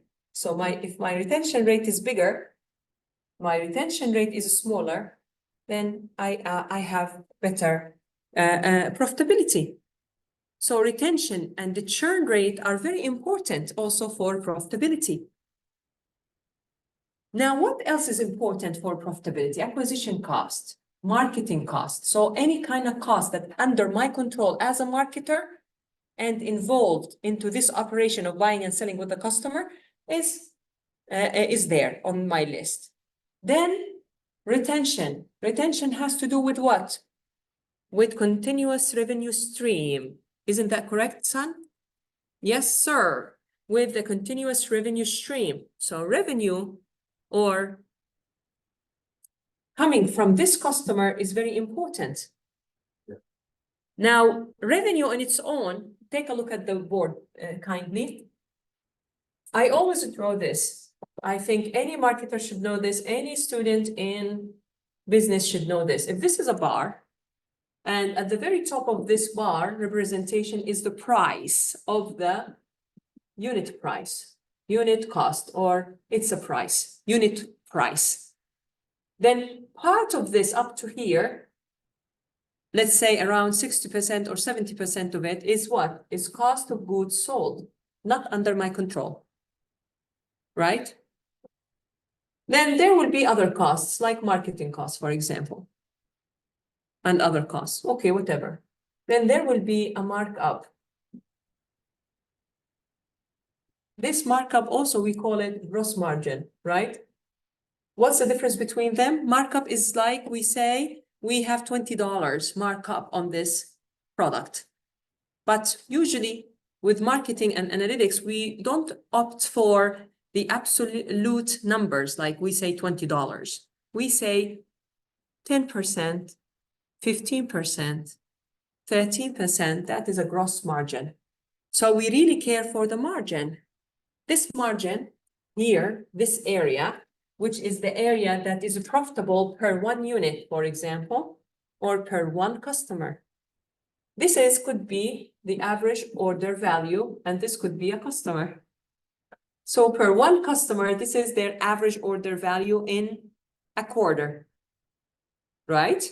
So this is their average order value. On average, their margin, the margin I receive out of it, because this money is not mine. This money is not mine. It's not getting into the company. This money is going to be covering the cost of the materials we just bought. This money, I already spent it. It's a marketing cost, and I am expressing it here separately. Yeah. So if in reality, look at this, we only put cost of goods sold, and marketers will be given in the accounting programs because everything is digitalized. This money, you should subtract, you as a marketer, you subtract your marketing cost. You subtract it. I don't know your marketing cost as an accounting manager. I'm in an accounting department.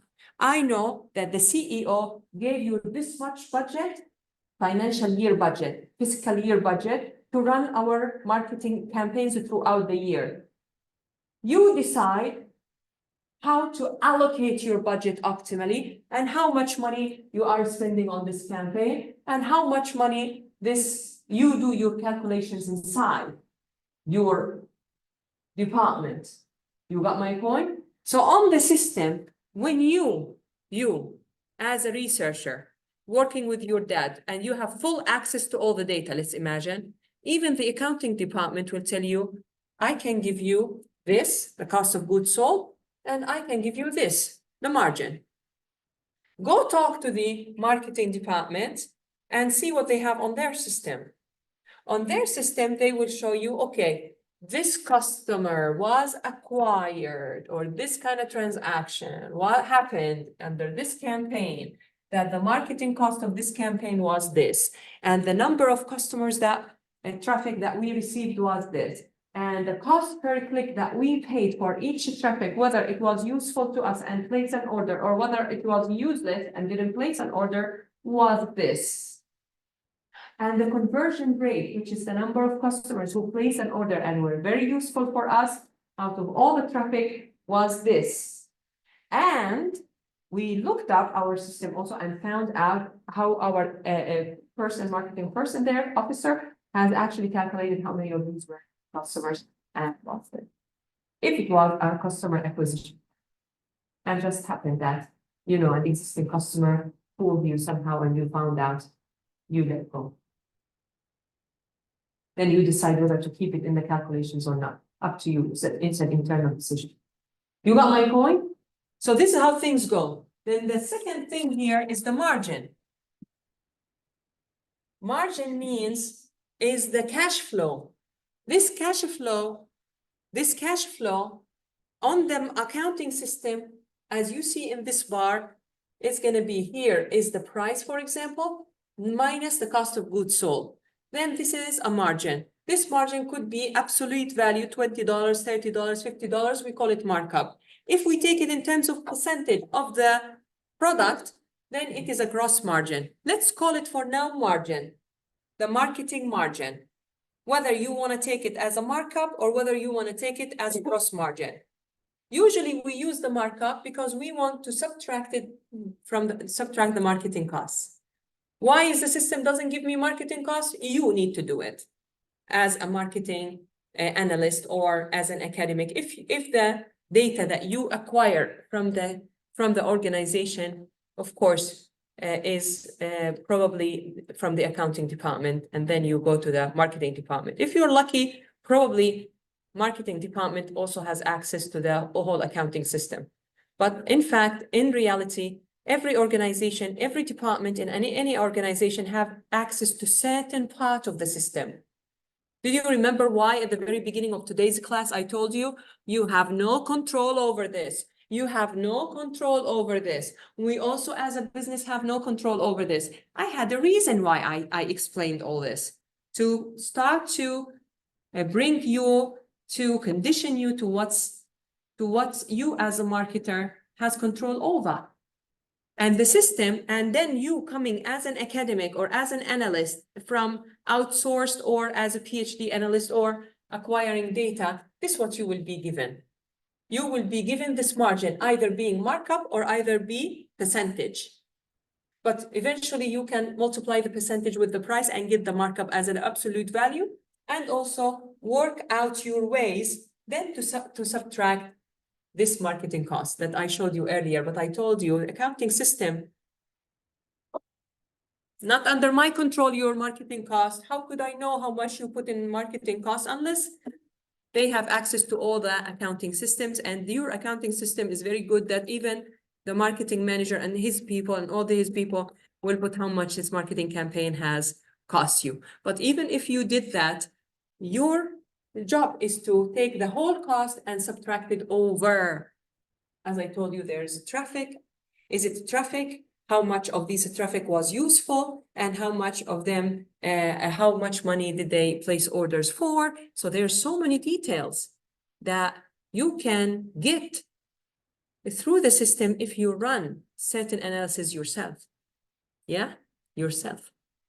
Or get a very good IT office that they can eventually do it automatically for you.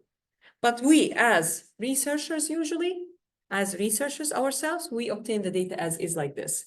And then we have to find out what was the marketing cost from the marketing department and fill in the data, and then be able to find out exactly how much money we are bringing into our organization, which is this markup here, this margin, minus the accounting cost here, minus the cost of goods sold. Well, there's operations cost and all that, right? It's out of our control also. So hopefully that will be the cost of goods sold, and also getting rid of operations cost of any, but usually operations cost is subtracted by the accounting department at the very end of the income statement by saying this is a profit and this is net profit. And there's also other costs like taxation and all that. So usually all these other costs are not taken on the individual level, either being a customer or a price of a unit. Usually some costs are taken out by the accounting department at the very end. I am only responsible for this margin. This minus this as an accounting department. You responsible for the operations cost and lowering down the operations cost. You is responsible for other costs like cost of goods sold and all that. But for me, the most relevant cost related to my product is maybe cost of goods sold. If you are in a service company, then you probably have different cost structure. So it depends on the cost structure. Usually in academia, we simplify things and we just put cost of goods sold. You could also add operations cost, and then eventually you have to compute how much of that to this product or to this customer was the marketing cost. Good?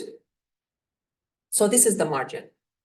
So we have acquisition cost as a component of our profitability, the marketing cost as a component of our profitability under our control. Of course, there are other costs that you can lower, but it's not under my control. Other people will work on lowering it, like logistics department and operation management kind of courses. They care about to show you how can we lower this, not you as a marketer, right?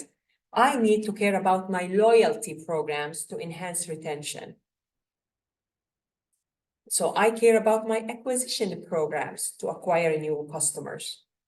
And then these new customers that I acquired, I also care about loyalty programs to enhance retention. Do you see that? The story is making sense. Then with these guys who are getting retention, I want to get a continuous revenue generation through the margin. And do you know why I challenge you? Not I'm challenging you just for that. Okay, I am a marketer. Let me market myself indirectly. I tell you right now, take a look. Even these kind of statements that I'm showing, these are not written by me. These are written, I don't claim that this is my content. In fact, this content is not written completely by me. It's taken from other sources. None of these sources yet this said anything about this margin. You need to also optimize it and get it with cross-selling and upselling. Because academically or managerially on the ground, this is what marketers do, cross-selling and upselling. So that is a very interesting also approach. I'm sure you will find some papers just focusing on these kind of topics, but are they within the marketing profitability through customer lifetime value? That is the question. Okay, so now the importance here is profitability.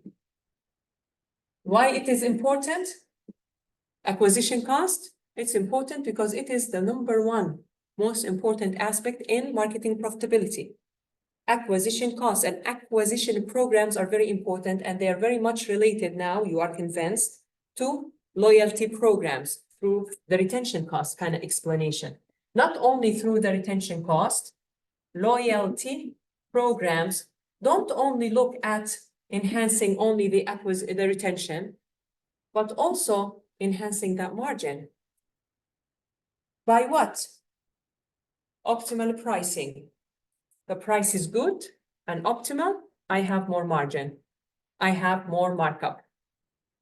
So pricing is also another math-related activity a marketer has to learn, and it is very challenging. Pricing. I teach pricing in my marketing modeling class. Budget allocation, also mathematical modeling. So marketing is not only about just convincing others that, oh, this is a good product, please buy it. There's pricing, there's pricing science. There's many books written on pricing techniques and pricing models, mathematical models. So pricing is important, but also cross-selling and upselling are important. So around the margin, if I want to write a whole subsection about margins, I'm going to talk about cross-selling, upselling. Yeah, upsell. Let me improve my writing so that when you take a picture, you can read at least. Cross-selling, upselling. No, wait, we're not done yet, son. We're not done, I'll tell you. Cross-selling, upselling, and pricing. All these are topics that you can study and discuss to improve your knowledge about it. Yeah, pricing also is very important. Why? Because it is much related to what? To the margin, to the unit markup, to the unit markup, markup, unit related to the unit markup or gross margin. We call it in percentage. Okay? You understand me here? Beautiful. So let's write a formula for profitability. Okay? Profit is equal to what? We said it's always equal to revenue minus cost, right? So acquisition is minus. We're gonna minus the acquisition cost, right? Right? Yeah. Okay. So minus acquisition cost. So we are gonna give acquisition cost minus. How about marketing cost? Also minus? Yes. Yes. How about retention? How about margin? Margin. It's the markup, the profitability, the gross margin. It's a plus. It's a good thing. It's revenue. It's a plus. Plus revenue minus cost. We say revenue minus cost, but it is not minus revenue. It's a plus revenue minus cost, right? So we're going to give it a plus. Now retention rate. What are we gonna give it? It's a percentage. It's a likelihood. It's a rate.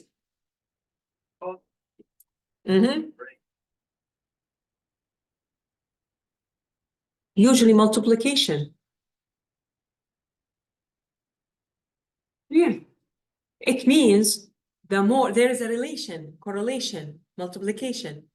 If the more I am retained, the more is my margin. No, it has something to do with relationship. It depends on the relationship. Let's talk about it in a bit. So let's write now. Let's put in. Can I delete this stuff? Did you put it so that you know the goal? Please take a picture of this. And I want to erase it. I don't have the place on the board. Okay. You're done, sir? We're not done here yet, but take a picture of this. Yeah, no problem. Well, let me take this out because it's, you took this one, this side? Yeah. Now, let's put the equation together. Okay, let's put it together. Now, let's type the first thing first. I'm sorry, it's not captured. I can use the whiteboard on Zoom if you want. But maybe on the board, on the whiteboard is a better discussion, okay? So we are going to talk about then profitability in marketing, profitability in marketing, okay, not in accounting, whatever, is equal to something called whatever pluses here, whatever pluses, cash ins coming, minus whatever costs. So let's minus acquisition cost. Why acquisition cost here? I'll ask you a question. How many times I will put or assign an acquisition cost to you? Okay, I'll tell you. If you were a bachelor's student with me at TIU, there is an acquisition cost assigned to you, right? Maybe you came through marketing campaigns on social media or maybe paid Google campaigns or whatever, and there's somehow I was able, as a PR manager, whatever, to calculate and compute the acquisition cost, right? Oh. Yes. How many acquisition costs? One. Second year student, do we also consider an acquisition cost? No. Now they are existing customers.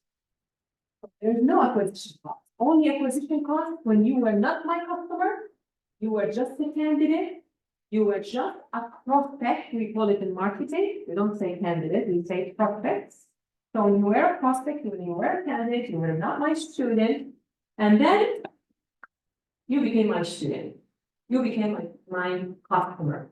When you placed your first order, when you paid your tuitions and registration fees and became a student. So, one-time cost is an acquisition cost, right? A one-time cost, only one time when you were not my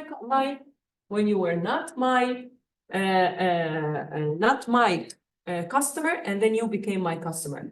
So minus acquisition cost, and this is one-time cost, correct? It's a one-time cost. Now let's talk about the inside here, the cash in, the cash flow.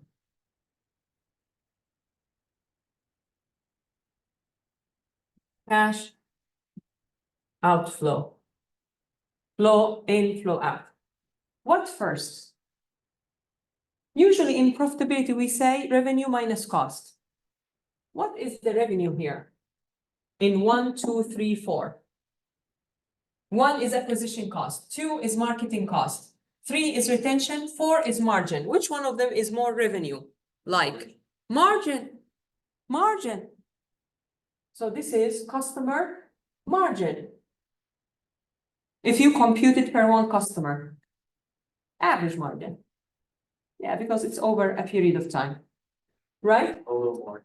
Customer margin. Yeah. Or sometimes in some equations, they put it M and the small c, margin per customer, or customer margin. Or margin of a cluster. Okay, Yeah. margin. This is revenue minus what cost here? Acquisition cost. We said acquisition cost is a one-time cost.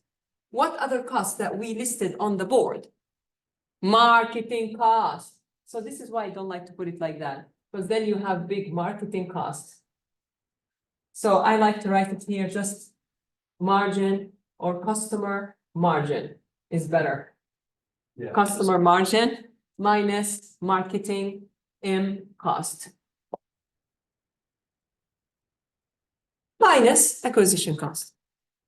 However, I spend a lot of time today, again and again, focusing on the idea that a marketer look at a customer over a period of time. It's not just one incident kind of action between me and the customer. It's a relationship. And this is why there's in marketing something we call it customer relationship management. It's a relationship. When I acquire you, I don't just acquire you to throw you into the water and be on your own. I gotta teach you how to swim properly and nicely and pleasantly, that you have a good customer experience, right? Right? So that you stay with me. Yeah, sure, as a customer. So it's over a period of time, right, son? So your profitability, I'm not myopic. Oh, no, I'm not myopic. I cannot see the future. I am now equipped with some modeling and analytics techniques that could predict the future, right? And this is why acquisition through existing customers is much more valuable than acquisition like that. Of course, with Google, you could give and submit to Google a certain list of emails, and these, we call it in marketing, lookalike audience. Lookalike audience. You tell Google, I want you to get me this kind of audience, to target to me people who are similar to these emails, to these people of these emails. Why? Because these are my top customers in the cluster that I did. These are the top average order value or the top average spending and all that. And I want you to target only people like these people. We call this in marketing lookalike audience. And also through customer acquisition, through loyal customers, like we talked about Huda Beauty, is also guided. I can predict and anticipate that these customers are going to be just as loyal as you and probably good spenders like you. Right? Okay, good. So I anticipate that people who come from this cluster, even though it's per customer, if it's this customer comes from identified through your system, through your calculations that he belongs to cluster A, then I can predict in the future, minimum, he will stay with me for 8 time horizons or 8 quarters for sure. And each quarter, they're going to spend a certain amount of money. I predict, but I don't know for sure that they're going to spend this money unless I am a telecommunication company and we have a contractor. In the contract, we say that I am with you for minimum 2 years with SoftBank, for example. So SoftBank retention rate or their certainty that I'm going to stay with them for 2 years is almost 100%. Almost 99.5%, right? Almost so high because there's a contract. But in e-commerce, it is very difficult because it's not a contractual or subscription kind of business model. You understand why now subscription business model is very attractive to apps and who came up with this kind of subscription, why they come up with it? You understand now? Because subscription means I'm going to give you a discounted rate every month, but you are now obligated to stay with me for minimum 1 year, right? And every 1 year, you renew your subscription, right? You understand now why subscription is attractive, because it increases the retention rate. It increases the likelihood you're gonna stay with me. Yeah. Otherwise, if you stop, then you have to pay back the discount that I've given you over the previous months. You owe me money. Or, yes, or they gonna claim credit card payments. Yeah, and it's gonna be loan on you. I care less. You agreed on the subscription for 1 year, you're gonna agree on it for 1 year, and you better cancel the subscription, otherwise it will be renewed automatically. Yeah. Automatically, yeah, renewal, or automatically canceling. Oh, manually canceling. Okay, so this money depends on your business model. Is it subscription-like? It is contractual? It's not contractual. It depends on you, how good your data is and how good your clustering technique is to put this customer in this cluster so that, you know, right? You will end up knowing some retention rate. So you can multiply this with your certainty, the level of certainty, right? The level of your retention. So this is interesting. So all this could be multiplied with the retention rate. How much you are certain at each period, right? Right? This is number one. Number two is the retention rate at this period of time is the same as this period of time, is the same as this period of time, is the same as this period of time? Is Nora really going to use Huda Beauty forever? Forever? Maybe.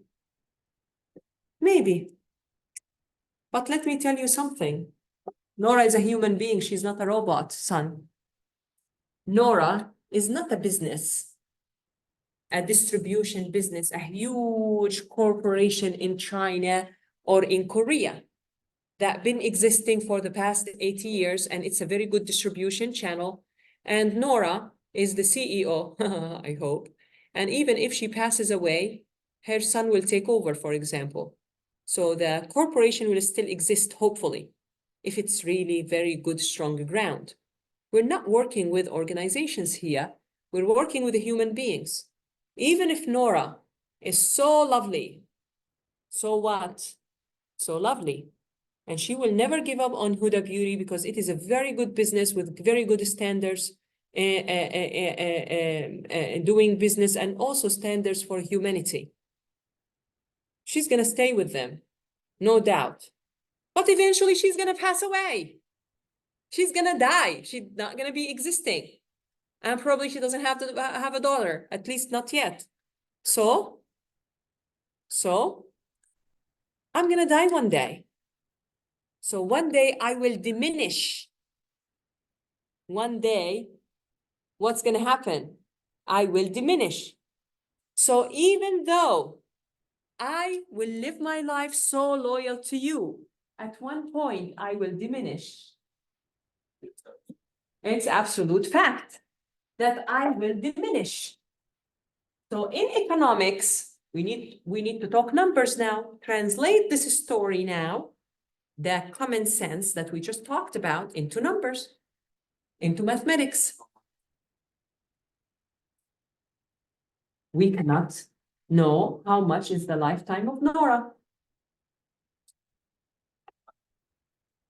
Well, we can come up with something called lifetime. So this lifetime eventually is not infinity. Never is going to be infinity. It's going to be diminishing. It's going to start here. You're going to be so loyal, or you are young. You see how young you are? And this is how old you are, up to 0. You're very young right now, to me, relatively. Then over the years, you're going to be so old that you're going to start diminishing, approaching zero. Do you know what we say in economics when we say diminishing, approaching zero? Approaching zero, you're not young anymore. Actually, you died. You're zero now. You do not exist. That's it. You're not going to bring me value anymore. You're not going to bring me cash anymore. This kind of relationship here that I'm drawing on the board, which shows you a curve starting up high at early stages of the x-axis and eventually lowered as you are 1 unit increases on the x-axis, your life increases here, your youth, your life with me diminishes. This is called the diminishing effect. If this life, your life, follows this diminishing effect in mathematics, then I expect you here, yeah, to spend money, this much money, right? Now, at your second period, you also spend some money, right? If I add this much and this much together, they're gonna increase. The cumulative is gonna increase.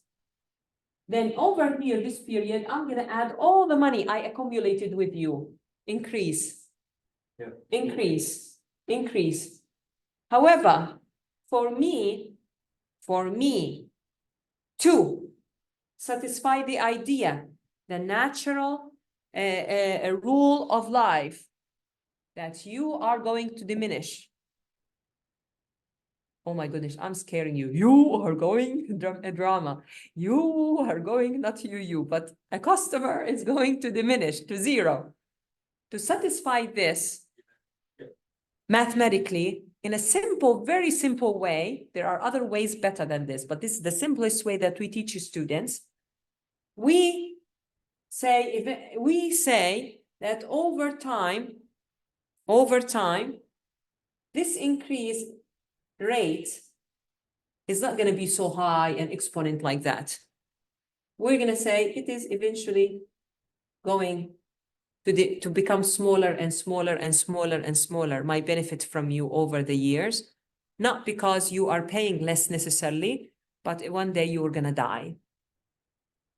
I don't know when that day is.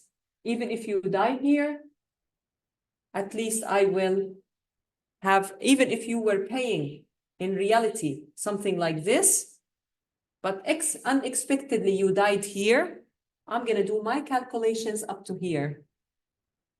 Do you see the smartness of this? How do you see how marketers convince themselves that mathematically this is okay? Let's say Nora dies here.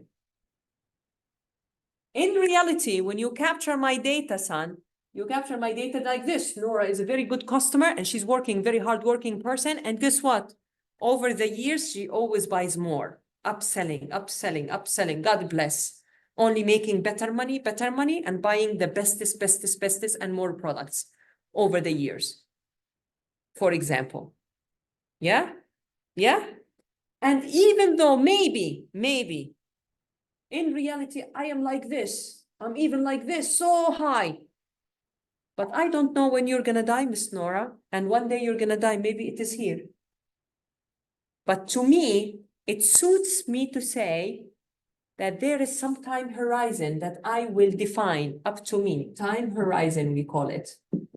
And I will say, in general, it seems that most of our customers die after 5 years. Die or not die naturally, go away, defect. Or in general, I'm going to just, as a human being, I know that my customers stay with me 10 years, 20 years. I've been a very successful company, a very good brand called XYZ. Oh, why Shiseido? I am Shiseido. I know my customers has been with me ever since they were in their 20s and they stay with me all their lives. I know. But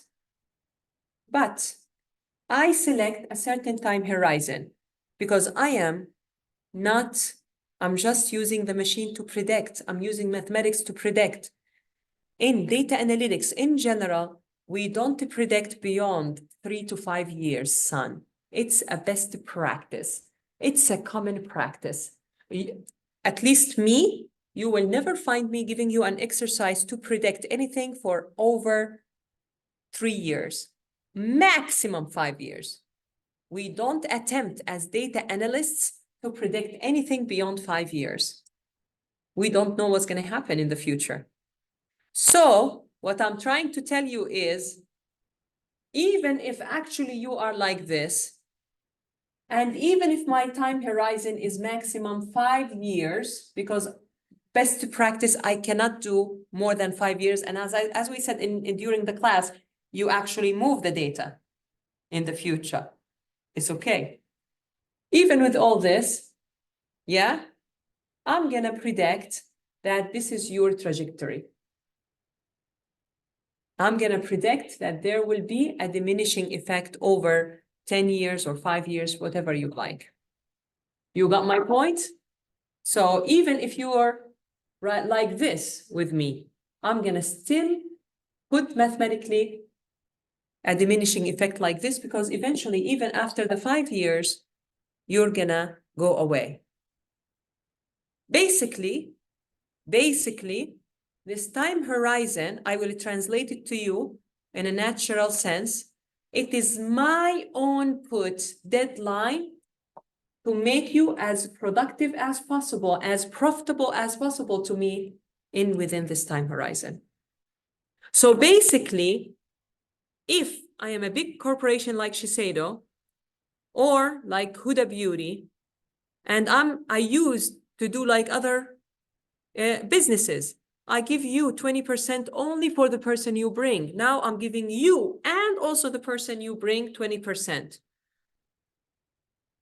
20% on your next order is going to go for loyalty. Thank you for your service. 20% on the person that you brought in to Huda Beauty, it's going to be acquisition cost for that new person that you brought in. Did you see that? Are you worth that 20%? Maybe. If I am Huda Beauty, I will never do what they also do. They are now doing something. I don't agree with it. They're putting it openly on their website. Anybody lands on the website, you're getting 20% out of your next order. If you bring in another customer, and also the next customer will get 20%. I will give this exclusively to the customers who actually hit their accepted profitability level, only for these very profitable customers, or these customers who actually hit their profitability, you know, and then I will ask only, this is open for only this kind of customers to enhance and optimize further this campaign. I will not put it publicly for everyone. Just you get 20% if you bring in 20%. I will not do that. People might abuse it, first of all. Yeah. Second, I'm not going to give 20% to a person that I just acquired last order. I'm sure even if I got some profitability, it's not profitable enough. It's never profitable enough. Now, there is two things about profitability. People look at profitability as, I'm going to price this to be so profitable that the margin is very high on the cost, that if you buy it, I am getting profits. In my marketing modeling class, you will understand that sometimes you might price this to be not profitable, but you know, if you sell it for a less price, more customers will buy your product. And the volume will bring you the total profitability. In my marketing modeling class, many students will understand why this time horizon, sometimes we say, you might not be profitable here, you might not be profitable on the second horizon, time horizon, then eventually you will hit a profitability. Basically, what you're doing to yourself here, you're saying within the time horizon, whether the time horizon is 3 years or whether the time horizon is 5 years, I want this customer to be profitable. Maybe meaning I want to gain not only profitability based on the unit cost, even if I didn't price this unit to be profitable on its own, even with my scenario that I just told you right now, that there is scenarios, I will show you mathematically, there are scenarios where certain businesses can afford to sell you this for unprofitable price, but they know based on the market demand, when they lower the cost up to a certain level, they will get more customers to buy. And then with more customers buying, they will become more profitable. You see? We could show you this. Now, regardless of this kind of scenario, even if you are profitable, son, buying this item, you are profitable because you bought this item, and this item also has a profit, as we put here, has margin, and you are profitable. Look at this. Look at this. You have outside this formula an acquisition cost. You starting with the negative. Now, some of us, maybe from a new order, you think after one in new order, you think after one in new order, Nora doesn't know Huda Beauty much, and maybe she's not recommended by her friends, so she doesn't know from a word of mouth that Huda Beauty is so awesome, that Nora will try not only the foundation, but also the powder, and also the primer, and also the sunblock, and also buy a whole set of all the products. Are you gonna do this? No. Nora will try only one product and see she likes it or she doesn't like it. So after the first order, if you're not buying too much, I hope that this will be enough to cover this. Usually it is not. It depends. It depends on what? It depends on the response rate. How many others were acquired with you and bought with you in that campaign versus divided over the whole traffic. Meaning, it depends on how successful the campaign is. Did these 100 people who were acquired by this campaign, they bought enough products so that summing up all these margins together will cancel out my acquisition cost? Sometimes yes, I'm lucky. Sometimes no. And most of the time, no. And this is why, because most of the time, no, marketing people predict the future. I predict how many spendings over time. I predict your average order value. And then I also have to put into consideration my loss function, that there is a diminishing effect for your life with me, regardless. So even though it's a retention rate, eventually you are not going to be retained. Not because of me, I am not good enough to retain you. You're going to die, naturally. So I give myself what? A deadline, a time horizon, either 3 or 5 years, that I need to get you to buy as much as possible to be profitable. So I need to put this retention under these assumptions. I need to put this retention in such a way that it will be bringing the reality that looks like this, bending it a little bit. Bending this line, the real line, even if it's real. Let's hope it's real because it's accumulating over time. But I want to bend it by multiplying through the retention to the power of, by what? By an exponent function. Let me see if I can do this nicely.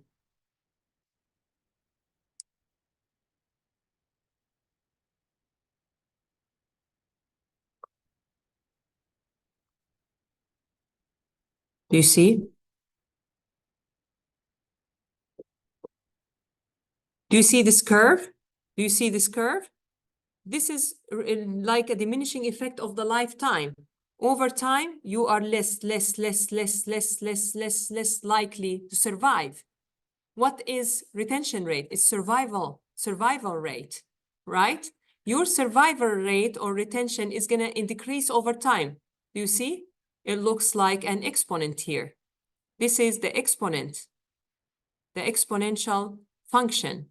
This is like an exponential function. Do you see? It is some value, 0.5 or retention over X. This X is like N, the number of years you are with me. Do you see this here on the board? The years, over years. So R to the power of N satisfies this story assumption that you're gonna die one day as a customer. And even if this is the real behavior of you, and you're a very good customer and this is a real behavior of you, I'm gonna tilt it because I want to see, regardless, if you died at this deadline that I put to myself, which is this time horizon, when are you gonna become profitable? When are you gonna cover up your acquisition cost?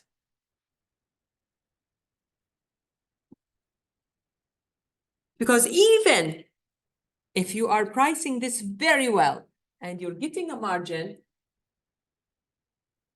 I hope this margin is going to cancel out the acquisition cost from the first purchase. But the reality is, if you are new in this relationship with this brand and you don't know them very much, you have more uncertainties. So you are not going to take a high risk. You are going to mitigate your risks as a customer. You're not going to buy all the products of Huda Beauty to try which one is the best. You're going to buy one.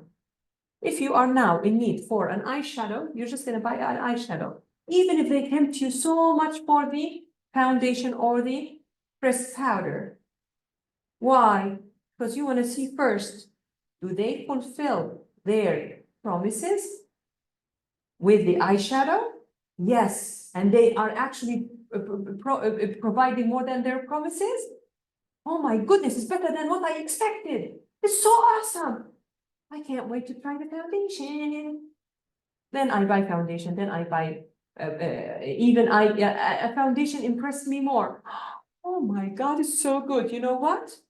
I'm going to buy also next time when I get my next salary, the breast powder and also the primer. And also, if I can get some money, I'll buy also the lipstick. Did you see? Cross-selling. Naturally, when I deliver my promises as a product and actually over-deliver my promises as a brand, then this means I'm gonna hopefully be more profitable over time.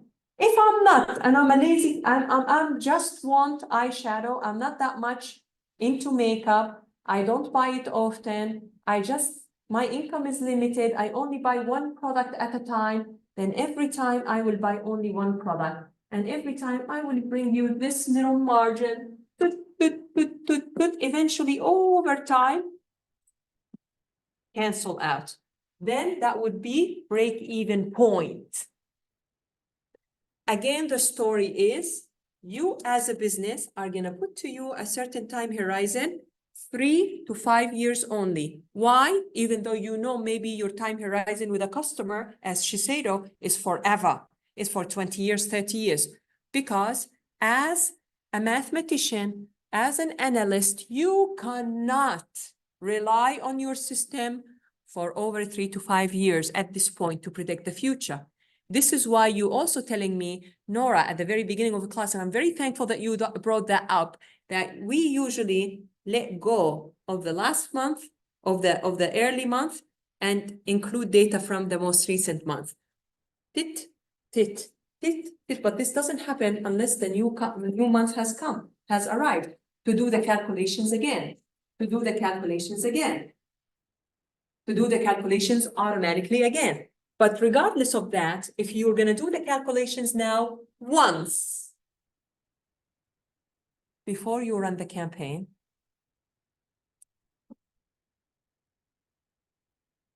and you have certain data that can give you estimation for the average order value, the first order, usually the average order value, which is the customer margin, is not more than the minimum, maybe product, blah, blah, blah, which is $80 maybe on Huda Beauty, the minimum price for whatever product, $60 or $80, minus marketing cost. Yeah, that marketing cost at the very first year and very first incident is zero, because there's an acquisition cost. But in the future, you're going to cost me money. Why? Retention, loyalty programs, discounts in the future, if any, right? And so on. All this, I need to multiply it by the story, by something that will give me the story of your survival rate. Do you see why in my slides I insisted to keep that word, survival rate? You will rarely find people using survival rate with retention, but I use it because there is a story to it. Do you see it? How mathematically I showed you now that this is the exponent function, and actually r to the power of the years. Actually, r to the power of the periods. N is the periods of time. These periods of time that we talked about within a time horizon. This time horizon is posed on me because of the ability of prediction to be at one point to be only predict to 3 to 5 years maximum. Don't predict beyond that. Now, my idea is this kind of calculations is very crucial. In case sometimes for marketing modeling, I show my students how sometimes you are going to price certain products even to be unprofitable, but you know that the demand will increase and more people will buy from you. And thus, because more people are going to buy from you, this will drive the profits. Or even if you price this product in such a way that it will give you a margin and profitability, let's hope that it will be able to cancel out the acquisition cost. Acquisition cost depends on conversion rate or response rate, we call it, or conversion rate. How many other people were convinced like you to join at that campaign and buy products at that campaign? Because the more margins I will get, and the more likely I will cancel out a good portion, if not all, the acquisition costs from the first period. But the reality of the fact is, and this is why some marketers are not doing good, and why even in the United States, they say the average survivor time of any chief marketing officer is just 3 years on average, and then they fire him. Because you need to compute and you need to enhance this very well, very much, so that you, as if giving yourself a deadline 3 to 5 years to get these cohort, we call them, not clusters here or segments, this cohort that started with you here, yeah, to pay so much cross-selling and upselling, so much, but you are increasing this one too over time. Nothing is so perfect. Because when you cross-sell and upsell so much to them with discounts, this is going to increase. But usually we use email marketing. And this is why I teach also my students email marketing, because with email marketing, this marketing cost will be so diminished to zero. Just send them emails and tell them, hey, did you try this and that with us? Hey, did you do this and that with us? Hey, you got my point. Hey, we have this newer foundation. I think it is meant only for you because it's this, that. Yeah? Hopefully you will arrive within that time horizon to this point. All of you together as a cohort. Not by a customer. So even this formula could be done per individual or aggregated per cohort, per cluster. So basically, we are going to do clustering, me and you. And with this clustering, we could assume that the customer margin is the average order value over time. Case 1, same. Case 2, increases over time. Case 3 decreases over time. They are already diminishing. So do you understand what I'm trying to say right now? Yeah. The worst case scenario is that I acquire you here and your spending is reduced over time. It's actually what I'm trying to show you here. Your spending is reduced over time. So I am modeling for the worst case scenario. So I want to predict for the worst case scenario, which hopefully is not applying for everyone in the cohort, in the cluster, that I will for sure arrive at my break-even point, canceling out that acquisition cost within that deadline that I put to myself, which is the time horizon. And hopefully I will have some more time to squeeze more profitability out of you. Actually, to squeeze the real profitability out of you. So in marketing, eventually, this is what I want to say. I'm sorry, I'm repeating again and again. I see that you like me to repeat because there's so much overload of information. In marketing, there's two kinds of profitability. Profitability that you look into like an accountant. Unit cost, unit profitability, margin, profit margin markup. And then overall profitability when you break even. You start making that profit when you break even with the acquisition cost, with the whole cohort that been acquired together in quarter 1. And another calculations for cohort 2, who were acquired in quarter 2.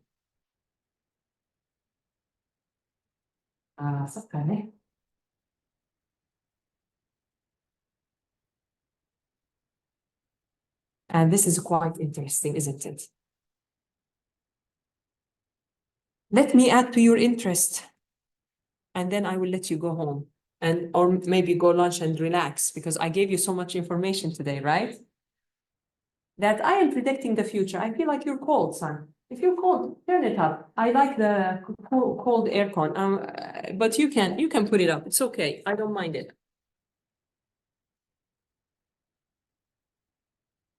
But don't put it like the university puts it to 25. 24 may be reasonable. I put it to 20 or 22. Now 24, maybe 24 is good, yeah? I'll let you go soon. I'm almost done. Let's take a look here. You are working with money. Did you hear about the Japanese government is going to give us some little money because of the inflation?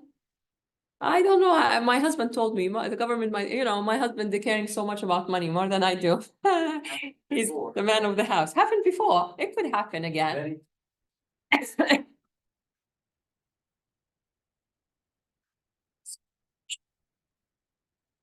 I don't know, but Japanese government never gave us extra money, really. Only, what's his name? God, peace upon, rest in peace. What's his name?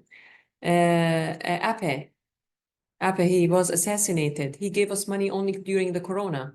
This is the only money I received from the government, extra than what I usually. You did get money? So they're gonna give us money then. But first they give people like you, maybe you're not making, maybe it depends how much money you're making, and then they give it to you. So my turn hasn't come yet. 90? 90? Or 90 like 9 man yen. 9 man yen. They gave you 9 man yen. Okay. They're gonna give households. My husband telling me 12 man yen. I was like, oh, okay, I didn't receive anything, but maybe our turn didn't come yet. Anyway, inflation, what does this mean? This means if this circle that I'm drawing now on the whiteboard over here, if this is period n equal 1, 2, 3, 4, and 5, and this period could be a month, could be a quarter, could be a year, we don't know yet, okay? And this little circle showing the value of the money at this period. Yeah? Yeah. This is how many things you can buy with this money. The same amount of money, the things that you could buy with is going to decrease over time. So for example, nowadays on TikTok and social media, they're showing, even in the United States, people showing you for $30 back in the time, a bag from the supermarket will buy you this and this and this and that.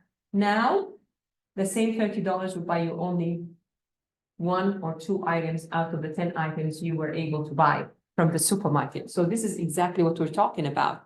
If you are predicting the future and predicting for 3 years or 5 years, and this amount and you are suffering an inflation. Here in Japan, we were not suffering inflation for quite a very long period of time.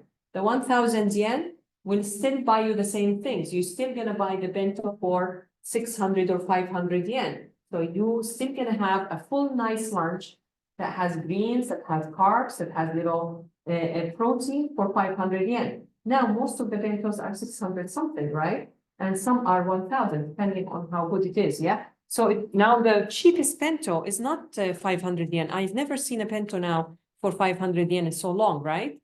Most of them went up, yeah? Yeah, 600, 700, the same bento has become 600 something. There's still some but not the same bento, not the one. The same bento. Yeah, there are smaller bentos for 500 and 400. I'm talking about the same bento. Even the bento that is now for 500 yen, it used to be 300, the smaller one. So for the same size bento, for the same size bento, I'll let you go soon, I'm sorry. For the same size bento, the price has gone up. So basically, for the same amount of money, you are able to get less value out of it over time. In finance, what do you call this? Yes, present value of money. Yeah, it is very much discussed with inflation. Yeah, I don't know what you call it in finance, but as a marketer, as a data analyst, that you are predicting money flow from a customer in the future, you should factor in this inflation, especially if you're working in the United States or Europe, right? You should factor in the inflation. You, as a business, let's imagine you're buying your cost of goods sold, you're buying your raw material. Raw materials, the price increased, right? So even for you, the same money, the $1,000 that you decided to spend as an acquisition cost, as an organization, and give to the marketing people here, will do more, will be perceived as higher value as a discount for the customer over the years. So you need to factor in what we call it present value of money, which you took it in accounting. Let me show you. Present value of money or annuity. Present value is a concept that states that an amount of money today is worth more. Do you see the bigger circle here I drew? Has more value than over the future. So there is a diminishing effect of that money, of that margin that you are predicting to happen in the future. Aha. So you need to factor in something like this. This one, aywa, there is a V in there, you're right. Future value of money, or the present value of money, is not the same as the future value of money. So future value of money, FV, is equal future value of money now. Now, this is the value of money now that we are acquiring now in the first period, in the first order, that you were not a customer and you become a customer, your first order, or the sum of orders in within the first month or in within the first period. this customer margin minus this customer margin minus the marketing cost, for example. Yeah, yeah, yeah. Over or multiplied over the time by the idea that you are gonna diminish one day, then over 1 plus some there's there's another one more simplified, which is this one, present value, not the future value. Present value I need to take قومني, so not the future value. So present value PV is equal to present value is equal to this future value over 1 plus I. I is the interest or discount rate, and N is the period of time. So this is what we're gonna use.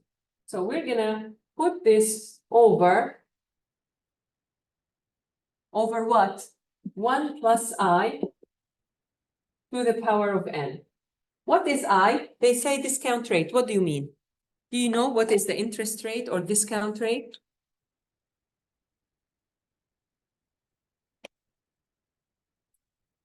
This means I, as an organization, gave you this marketing money to run marketing campaigns. Yeah, budget allocation. I received this much money, yeah, to spend it wisely. Some of the money were spent on loyalty programs, some of the money on acquisition, some of the money on branding, some of the money here and there, right? For acquiring customers, some of the money returns or, okay. So if I didn't give you that much money and me as an organization put it elsewhere, even in any other investment, it could probably give me some profitability or some money, some interest rate, depending on which country or depending on what opportunities you have in life. You see? This, you can understand it this way. Or you can understand it also, it is, if I have used this money elsewhere, so even in Japan, I will put here an interest rate, even though maybe there's not much inflation back in the time. Because I could have had another opportunity to spend this money elsewhere in any other campaign. Yeah. In any other campaign or in other endeavors. Yeah. Or also, I can put this if there is also money inflation. So this I could mean one thing or multiple things. This I could mean if I had an opportunity to use this money elsewhere other than executing this very marketing campaign and executed another marketing campaign more successful. Or my organization just put the money in a bank or invested it in whatever industry and made some profit out of it other than me bringing profit to customers in a certain way, then I have this I. This I could also mean another thing. This I could mean that I am suffering from inflation in the United States over the time, or in Europe, or now in Japan, we are starting to feel like other nations. A little inflation is also the value of money decrease rate. There is a certain here rate that it will be decreased by, and it's an exponent. Do you see the exponent to the power of n? Now you know what does the power of n means. The power of n means your value is big in the present. The value is going to be smaller in the future. Do you see? The value is big in the present. Look. Yes. And it will diminish and decrease in the future. And this is why we always use the exponent to the power of n. But what is this value? This I is the value of money. How do I do that? There's something called an interest rate. If this money in the future brought me this investment, if I invested it with a friend or elsewhere to make money, yeah, or with the bank, better off putting it in a marketing campaign, it will give me this much money. And this is the discounted value. So this is why in most of your finance, you put 0.08, right? For I, usually we give it to marketing people and put it 0.08, meaning that 8% is probably the minimum acceptable profitability.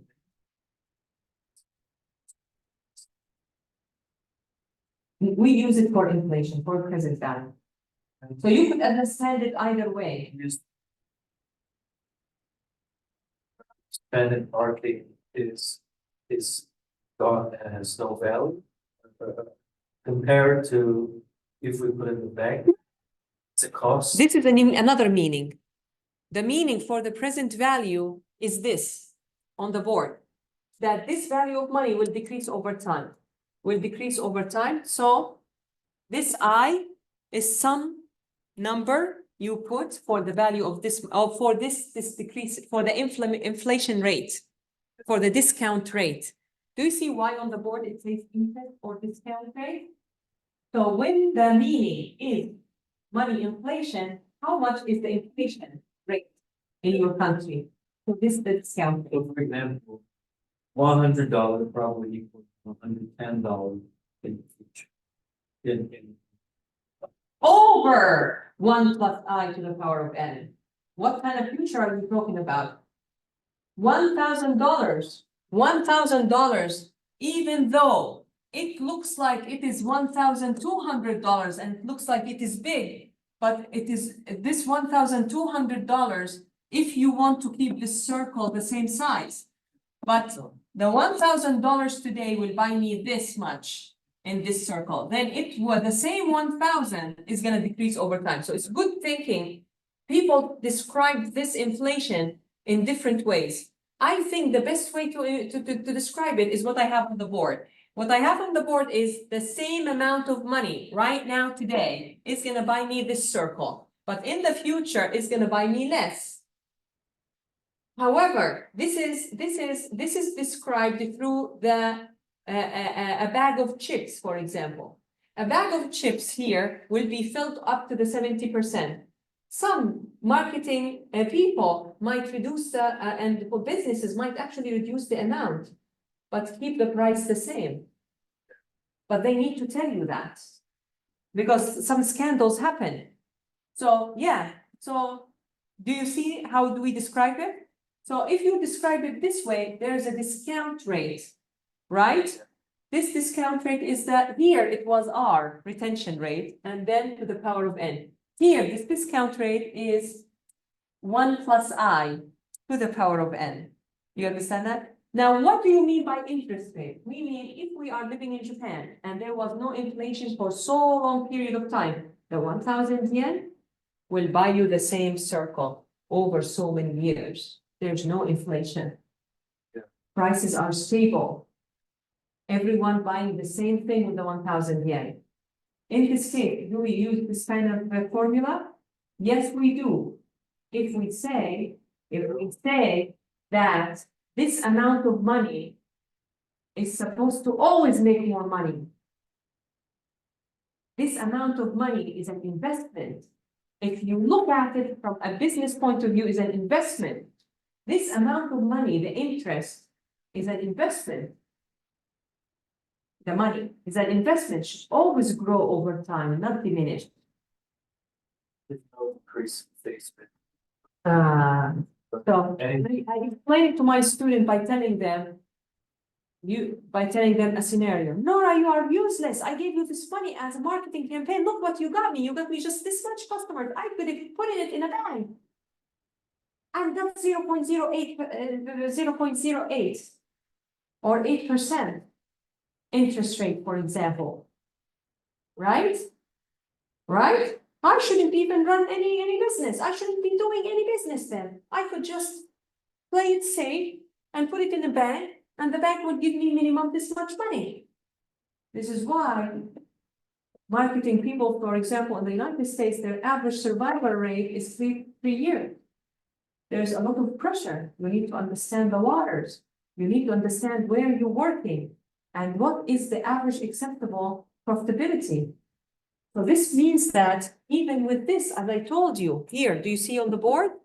Even if you break even here, you shouldn't be break even here, hopefully. Somewhere in the worst scenario, break even so that I can get you also more profitability. I start getting profitability from you, not profitability per only an item that I sold and bought by selling and buying, selling items. No, this is an investment, love.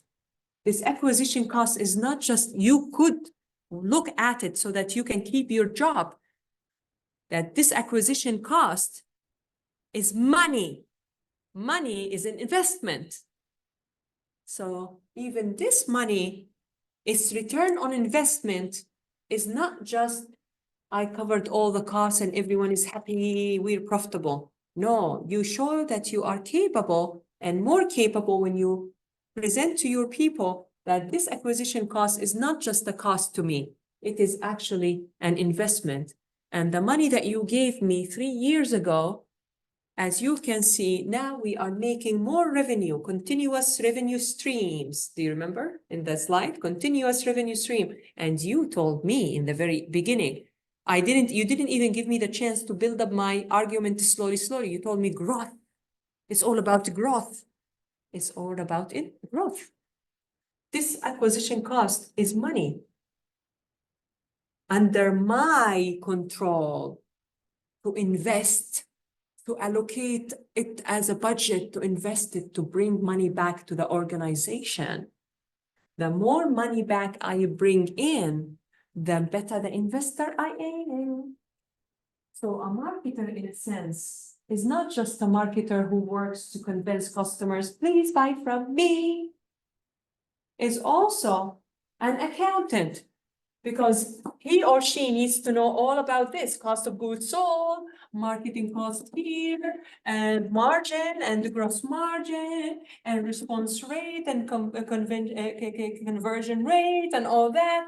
And I like to teach a customer lifetime value to tell my students, a marketer is also an investor. He's a finance person, because you can look at acquisition cost not as a cost. It's money given to you. It's a money given to you to allocate it, to work it, to bring more money. If we bring more customers, that bring more money. So this is why I tell you, the Huda Beauty, for example, I keep talking about Huda Beauty because it's a very good case study.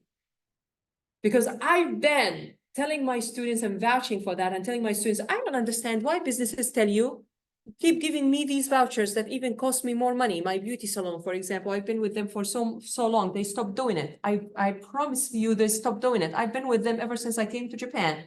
They used to give me, print out those fancy and envelopes. It's all cost.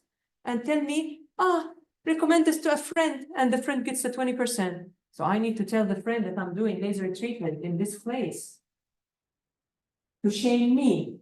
And she also gets the 20%. Are you crazy? Why should I tell anybody that I'm going to this beauty salon? Right? It's the worst, it's the most stupid marketing campaign ever. And yet people were doing it so much, businesses were doing it. But now my clinic doesn't do it anymore. Why? It doesn't work. It's a win-win for you and for the new customer, for my friend. It's not a win for me. You're not giving me any discount. Screw you. Huda Beauty fixed that. It's the first, for me, it's the first business that I've seen that will give me 20% if I bring you to Huda Beauty and they give you also 20%. It's win-win-win relationship. However, I argue that the way they executed this campaign is faulty because I don't know their mathematics and I don't want to know their mathematics and I don't need to know their mathematics, son. Because regardless of the mathematics, even if Huda Beauty breaks even with the acquisition cost at the first purchase of the new customer and not to put into account also the other cost, which is the loyalty programs, the other cost is the 20% on me of my next campaign, which actually as a marketing campaign, if you want the truth, the next purchase, 20% off, should also be an acquisition cost. My 20% should be an acquisition cost and his 20% should be an acquisition cost.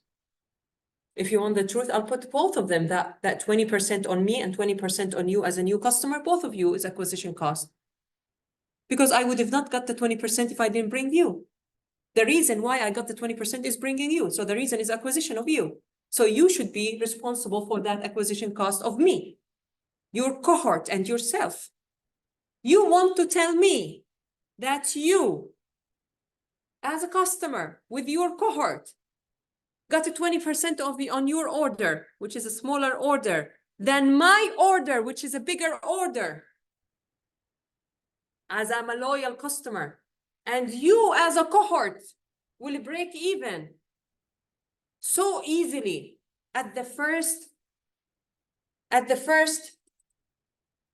period of time in the time horizon.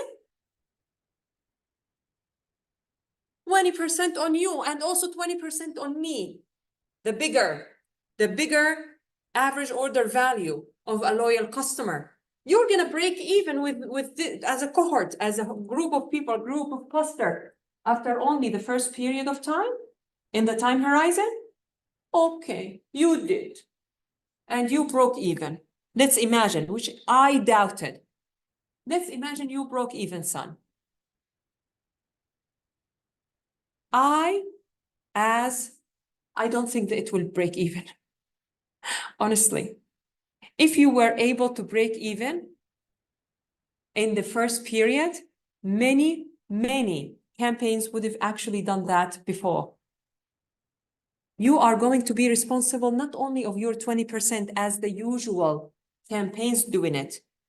You and your cohort as a new customer acquisition, you will be responsible for an acquisition cost on 20% on your little orders and even more percent on a loyal, crazy customers who are very loyal. They're buying so many products from Huda Beauty and they will take the chance to get that 20%, to buy as much as they can by getting you. Unless they are putting a ceiling to that, up to 100%, you get 20%, or up to $200. Sorry, up to $100, you're getting 20%, or up to $200, you're getting 20%. And they didn't tell it to you earlier, and they will surprise you with it later. And then Nora says, you are deceiving me. You know what? I no longer want to be your customer at all. So, defecto. So also not being very clear, communicating the information could also jeopardize your customer base, that you're deceiving them.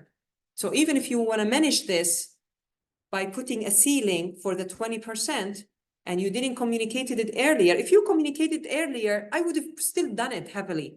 But you don't explain it very clearly. I feel a sense of deceive. That might be a deal breaker for me. It's not about money. It's just don't outsmart me. Yeah, as a customer, you don't need to, you got my point. Even the execution need to be very careful. So you want to tell me you are safely going to execute this campaign with no deceiving. As I saw it, it doesn't say anything about the ceiling. And you're going to tell me later that there is a ceiling. I will be feeling deceived and I will not continue. But you want to tell me that we as marketers barely striving that this margin, a cumulative amount of it, will be enough to cancel out your acquisition cost. You want to tell me that the 20% discount for you that will reduce the product margin further, and also another 20% from another crazy customer who's loyal and buying more products, that you will arrive at the acquisition cost, even if you previously, at your best scenario, we're arriving at the break-even point here at the first period, that you will still arrive at your break-even point at the first period? No, you won't. No, kid me not, you won't. You won't. Let's imagine minimum you will arrive at it on the third period. Then I played safe. If survival rate is a little bit higher and you will bring in more flow, and now that is the investment.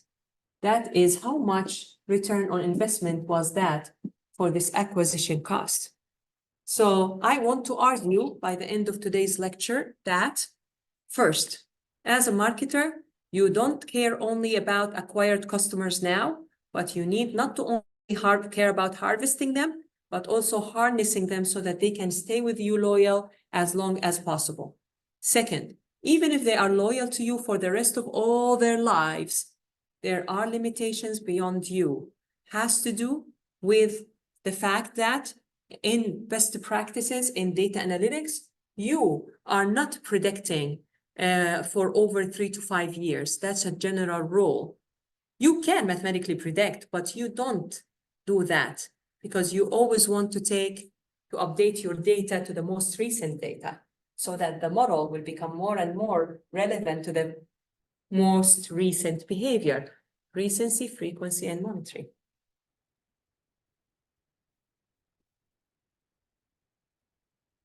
Yeah.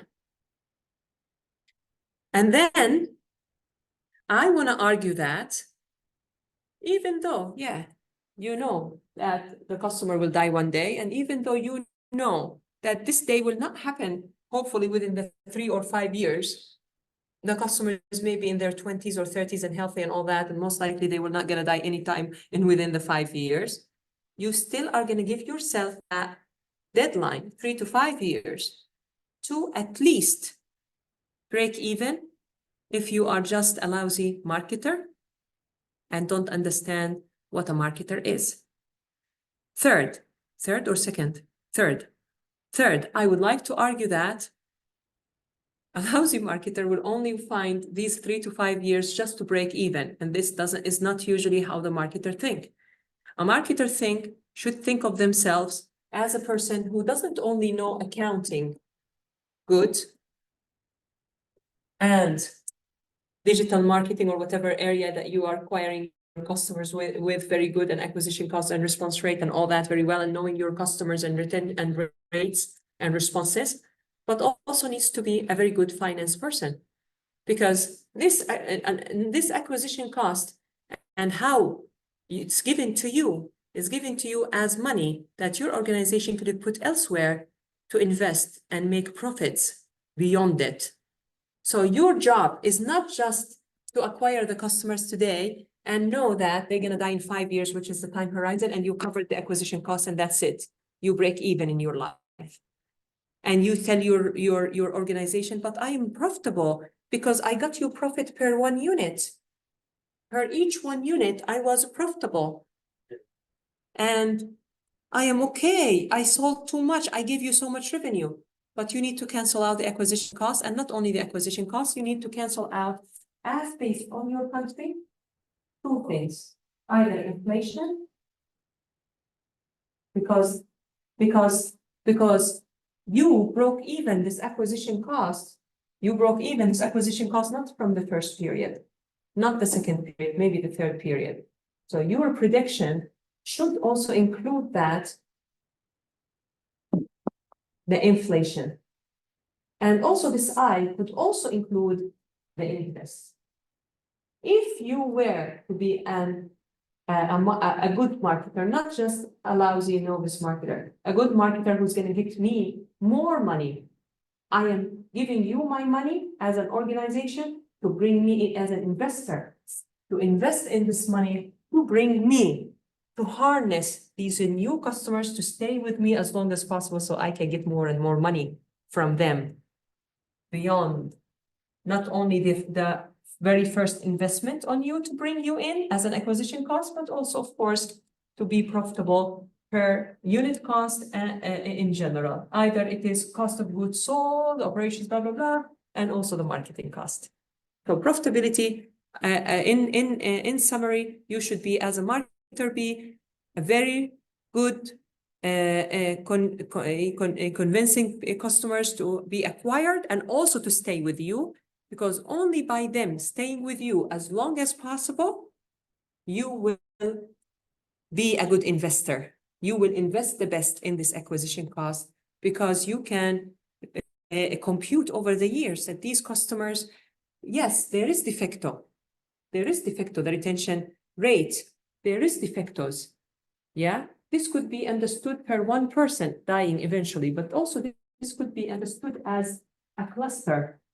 Some people in this cluster, which is the water bucket, will defect, go to other brands because they are not as loyal. Not everyone as loyal too much like Nora, for example, to Huda Beauty, for example, or is gonna be as loyal. But it's gonna be like defecto.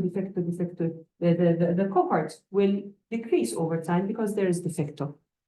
Yeah? So it could be aggregate, it could be personal. But I would like to argue that a good marketer is just not a marketer that can convince customers to stay and retain the cohort as much as possible over time. But also, you need to know how to upsell, cross-sell, and so on to the maximum so that you can treat this acquisition cost as an investment. Lower. Well, But not necessarily. well, we don't know if we have to lower it as much as possible. Fine, no, to be more financially aware. And this pressure is higher and higher on you when you function and operate in markets, vicious markets like the United States, where the inflation is very high. So if the inflation is very high, plus you want to cancel out not only the acquisition cost, which is the capital invested, but also you want to cancel out the present value of money is decreasing over time. And third, they hired you because you are an investor more than a marketer. So you need to bring me a return on investment on this acquisition cost minimum, as in the United States, for example, 8% or 5%, depending on your organization. For example, me as a CEO could easily belittle anybody, telling that marketing person, you know, I had a friend who has, for example, a spirits company. I could have put this money with him and just to stay home and I'll go on and enjoy a whole year vacation on the Maldives beaches. Why should I run a company and run whatever if you're not going to bring me a return on investment within a certain time horizon, minimum plus blah blah percentage? So you need to know the expectations. It's not only break even. And it's not only being profitable in the future. No. You need to know the market. First, you are fighting against acquisition cost to cancel out. You are fighting against continuous marketing costs over those periods to retain the customers and make them happy. You also fighting against natural inflation. And to show that you are a good investor, if you give me this acquisition cost, I need to bring it back to you with blah percent increase, minimum, yearly, annually, or whatever. When? So basically, I would like to, as an academic, maybe we can also discuss this and say, first line of a checkpoint for you and your performance is the break-even point. Second line of a check of your performance would be, when are you gonna arrive at a satisfactory percentage as a return on investment on this investment as an acquisition cost? So the first checkpoint is, when are you gonna break even with the acquisition cost? And the second, the checkpoint for a marketer is gonna be, when are you gonna start steadily showing me that this cohort are starting to give me minimum 6% increase in profit in my investment in them, blah years ago.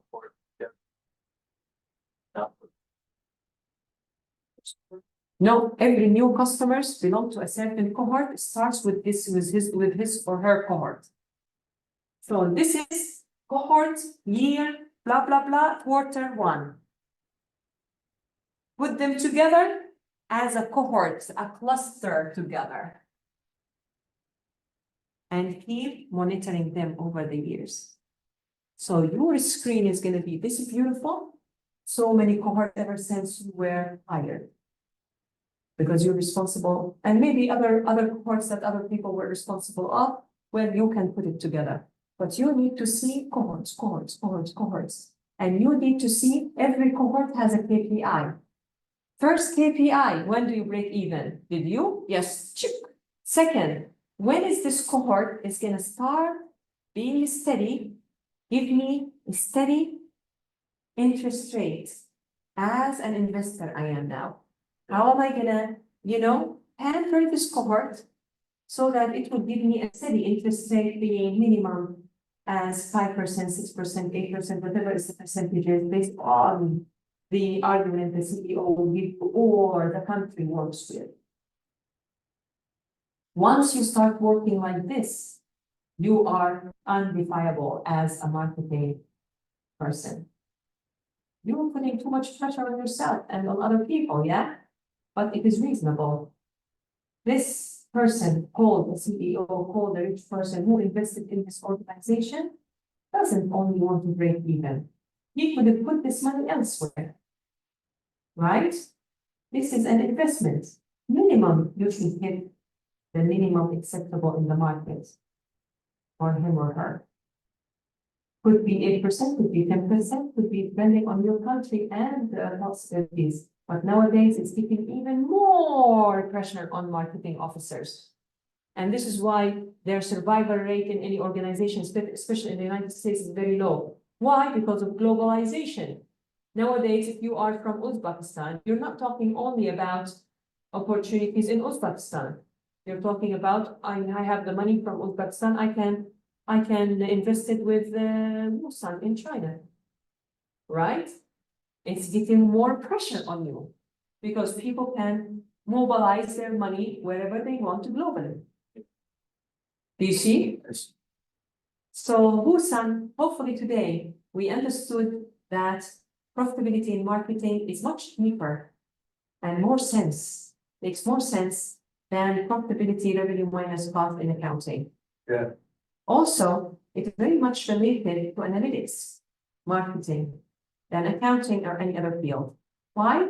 Because in accounting, first of all, we are kind of the father of marketing, Philip Kotler, is actually an economist. So we are the child of economics, in the economics field. So we are very close to data analytics because we as marketers, we are not sales people. We don't focus only on one incident, we focus on the future. So we always focus on future predictions. So prediction models are very important to us. Also, we as marketers, we need to deal with budget allocation problems, optimization problems, and pricing problems. So that when we price per one unit very nicely and correctly, and when we optimize our cost allocation nicely, and also execute our marketing campaigns very well, because we know about the market and the time horizon that we put to ourselves, not only to break even, but also to bring in steady investments. Yeah. Yeah. Through what? Not through only cross-selling, but also upselling, upselling, upselling. Why upselling? Because the acquisition cost that I paid on you, Nora, 20 years ago, as you said, the 1,000 yen or $1,000 here is now, after 10 years or 20 years, is worth, or can, if you want to keep the value of it, yeah, it's worth 2,000 or 3,000 because inflation and all that. So this is why you instantly need to upsell, upsell, upsell, upsell to existing customers. But how you execute these programs smartly and creatively is also another question. You need to encourage maybe Nora. You know Nora has been with you for a while, and probably when she started, when she just graduated in her 20s and she's still working, probably, most likely, then she earns more money. She just needs that 20% discount for her first purchase of the upsell the product, the most expensive product, so that she starts now buying often and all the time the newer, more expensive product than the older product. Then your challenge again is to cancel out this, yeah, over time, or cancel, over time, and also arrive at a higher return on investment on that long time acquisition cost. You see the challenge? Money value here in Japan does not change much. For years, it did not change much. We didn't suffer from inflation. So if you want the truth, I'm going to be very critical of Japanese people. On what ground Japan stopped being richer? You, what are you doing? You marketing people, marketing department in Japanese companies. How on earth you don't have to deal with the I being the inflation rate, and yet you didn't account for your costs for acquisition of customers or whatever as an investment and made more. Made more. How on earth? You're not dealing with acquisition costs as an investment and you could have made more, especially inside Japanese market, right? You didn't discount this altogether. You said to yourself as a Japanese person, we don't have inflation. So life was easy for you, right? You made it much, life is already easy for you. You don't have inflation rate. Okay, good for you. Good for you. But now let's argue about the sourcing of the material. Where is this material coming from? This material for producing your products coming from other countries. These other countries has inflation rate, and this material price will increase over time. So they must have accounted, hopefully, for that inflation rate somehow, even if it's not in Japan, because of so many other things. But how about interest rate? Anyway, in the Japanese market, if you're selling mostly in the Japanese market, you don't have to worry about the discount rate through inflation. And you also didn't care about the opportunity analysis, that if you, opportunity cost, if you actually invested this money elsewhere, how come you're not bringing in more money? Or is it that they're bringing in a lot of money, but only certain people are getting advantage of it? But I don't see that in Japan, because I see that even the salaries of advanced people in any organization are not as high, crazy, like skyrocketing, like the United States. It's steadily in decline. In decline. So what is it that marketing people doing in Japan? They're not good in communication because of their culture. Yeah, it's true. They're not good in communicating values or communication in general for globalization. And then even if they hire somebody, they're not comfortable working with English-speaking people. And especially marketing people are very, have certain personalities that does not necessarily comfort and massage the ego of certain Japanese seniors. That's something. So they can't work with very successful people and just let go of their personality defaults based on their Japanese cultural standards so that they can communicate properly with their market. And they can't communicate in other markets. They barely can communicate in the Japanese market, and it's a very niche market in terms of communication. Yeah.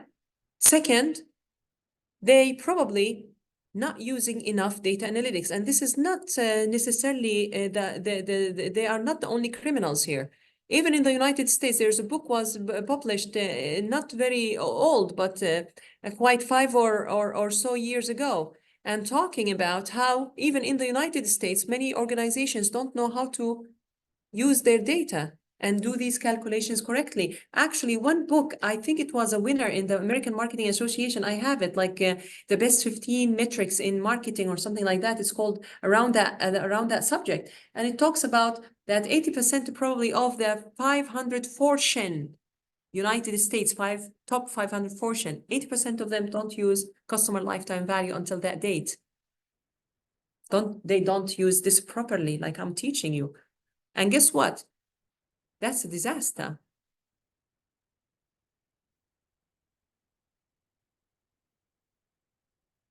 I would draw this line in 2 lines. Once I put I being just inflation rate, and another computation to put inflation rate plus my optimal return on investment interest rate. So I will have 2 deadlines for me within this time horizon as a marketer to retain my status in the organization. There is nothing more beautiful than a person who's in the organization, because everyone is replaceable. They say it, everyone is replaceable, right? But there's nothing more beautiful than a person who knows that Oh yeah, everyone is replaceable. Hire somebody after me. This person gives you the same results like me. Let them. Dozo. Replace me, I'm replaceable. Same loyalty, same value, same return on investment. There's nothing more beautiful than this. So you as a marketer in the future, always think about any money given to you as a budget, as an asset, as a capital that you need an investment, return on investment. Good? I'm sorry, it's loaded with information today, very long. The value of it. And now if you think about marketing and you look into loyalty programs, now you automatically trace that discussion back to so many other things. You know how to relate this conversation to profitability, to acquisition, to margins, to profitability in units, profitability over the cost here, acquisition cost. Not only I am a marketer, I'm also an investor here, investor in that cost, in the acquisition cost. I want to bring in more profits, promise a certain steady profits over time, and so on. So you need to, I'm going to give you some of the questions about what I'm going to ask you here for the preliminary examination. So please keep this recording, yeah? And then try now to put everything organized in the recording. You don't have to write what I said. My slang and all that. This is not a very professional way of writing things. You will need to study by going also on blogs, books, whatever, papers, look into it on the internet and make your own nice piece of writing, academic piece of writing that is worthy of being an answer for a PhD preliminary examination. You understand me? I'm very happy with today's discussion. In fact, this is one of my favorite topics in marketing because I get to show that marketer is more than just convincing customers, please buy, and graphic design and messaging and all that. There's so much into being a marketer. It's one of the most difficult. I can actually easily argue that it's one of the most difficult jobs in business. Thank you so much for today. I took much of your time, yeah?